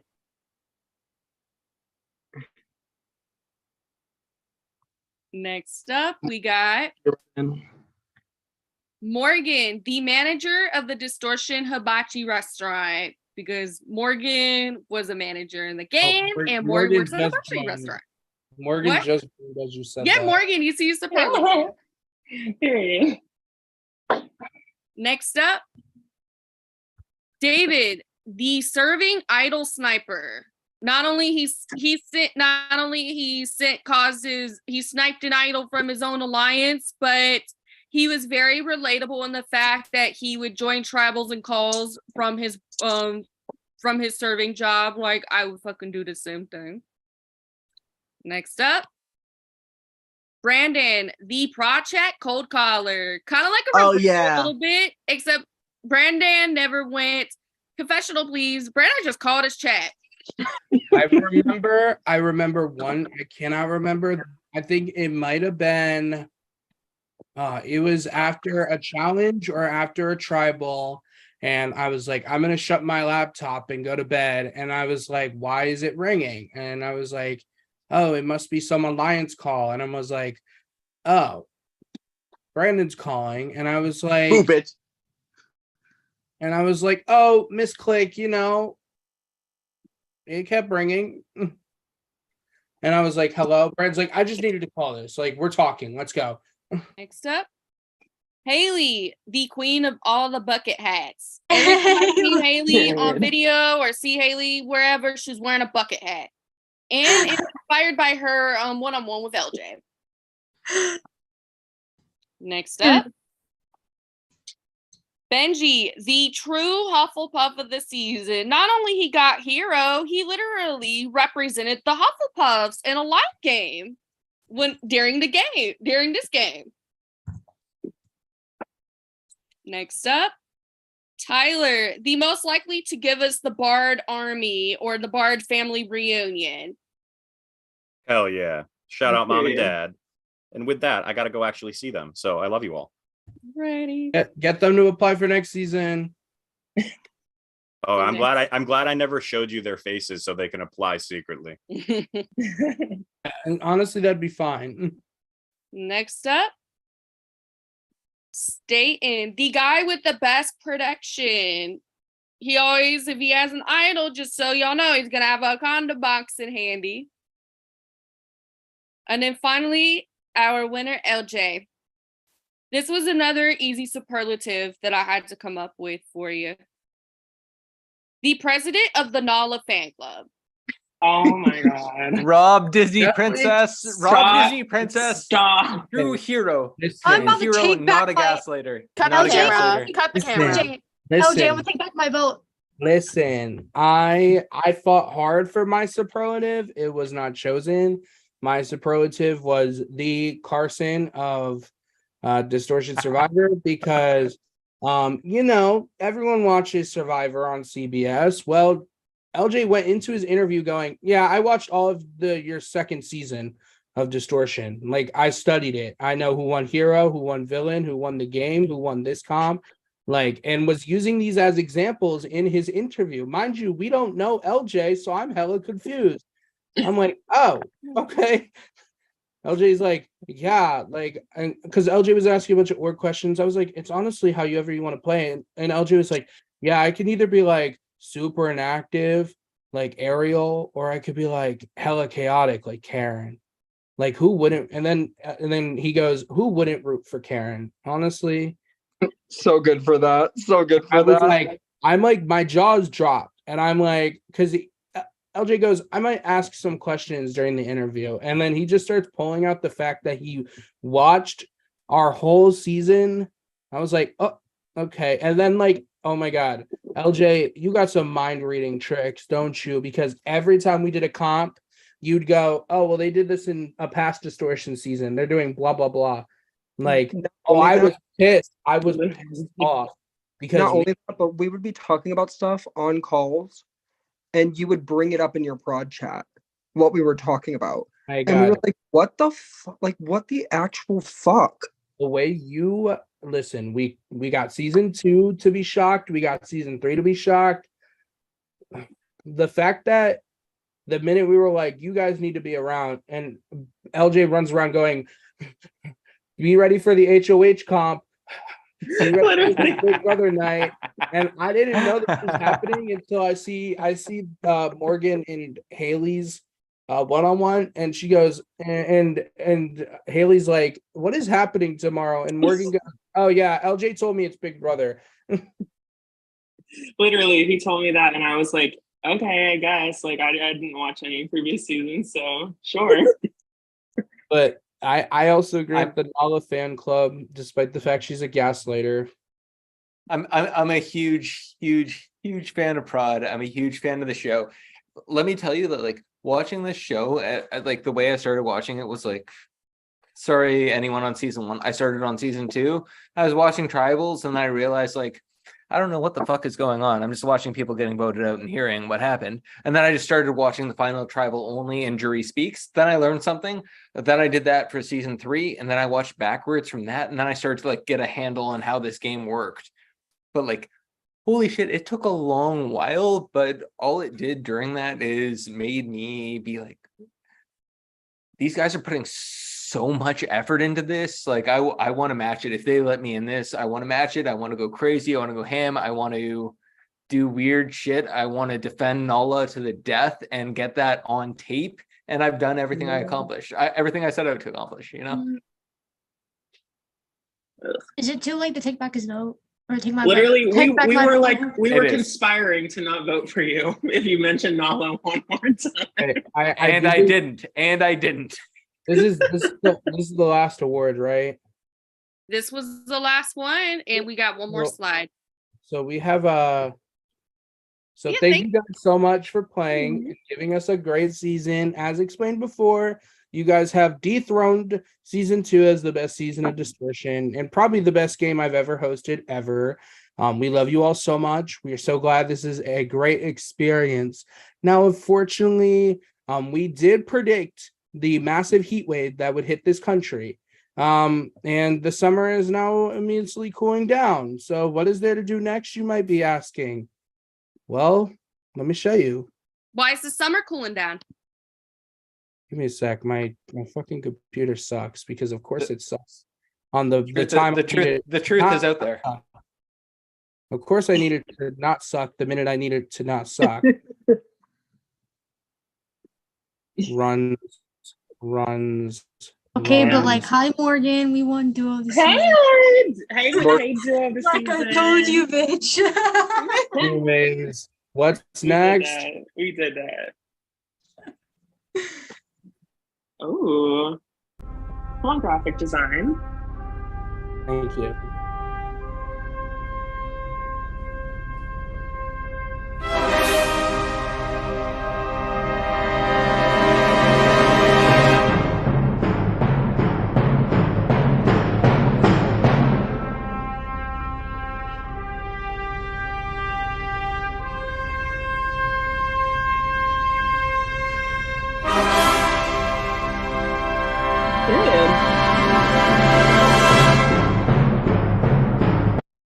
Yes, for anyone who is still watching after maybe 2 hours, Distortion Survivor Andromeda Season 6 applications will be out in like maybe 30 minutes. And Prod is all coming back. Seb, Grace, Mikey, Nick, Billy, and Jesse, we're all coming back. But we do have another thing to show you. If I can get it, because I'm a dummy.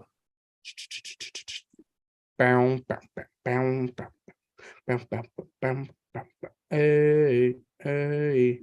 I'm terrible at this. Give me a sec. I just want to say, I think this next season is the best prod picture that I've ever taken. Period.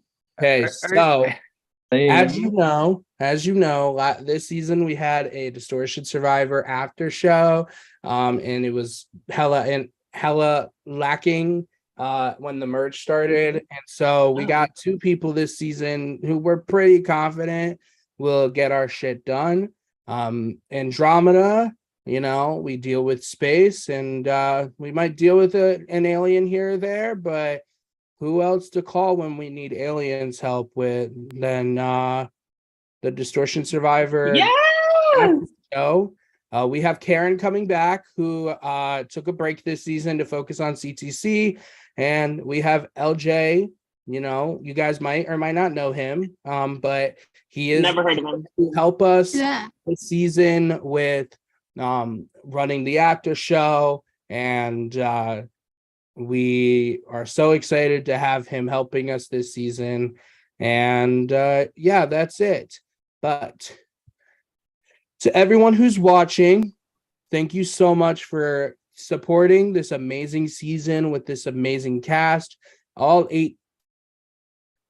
18 players were amazing and did not give us a hard time, which I'm super thankful for. Again, congratulations on LJ for winning Heat Wave. And I hope when we post applications in the VL and on the Facebook, you guys will love to apply for next season.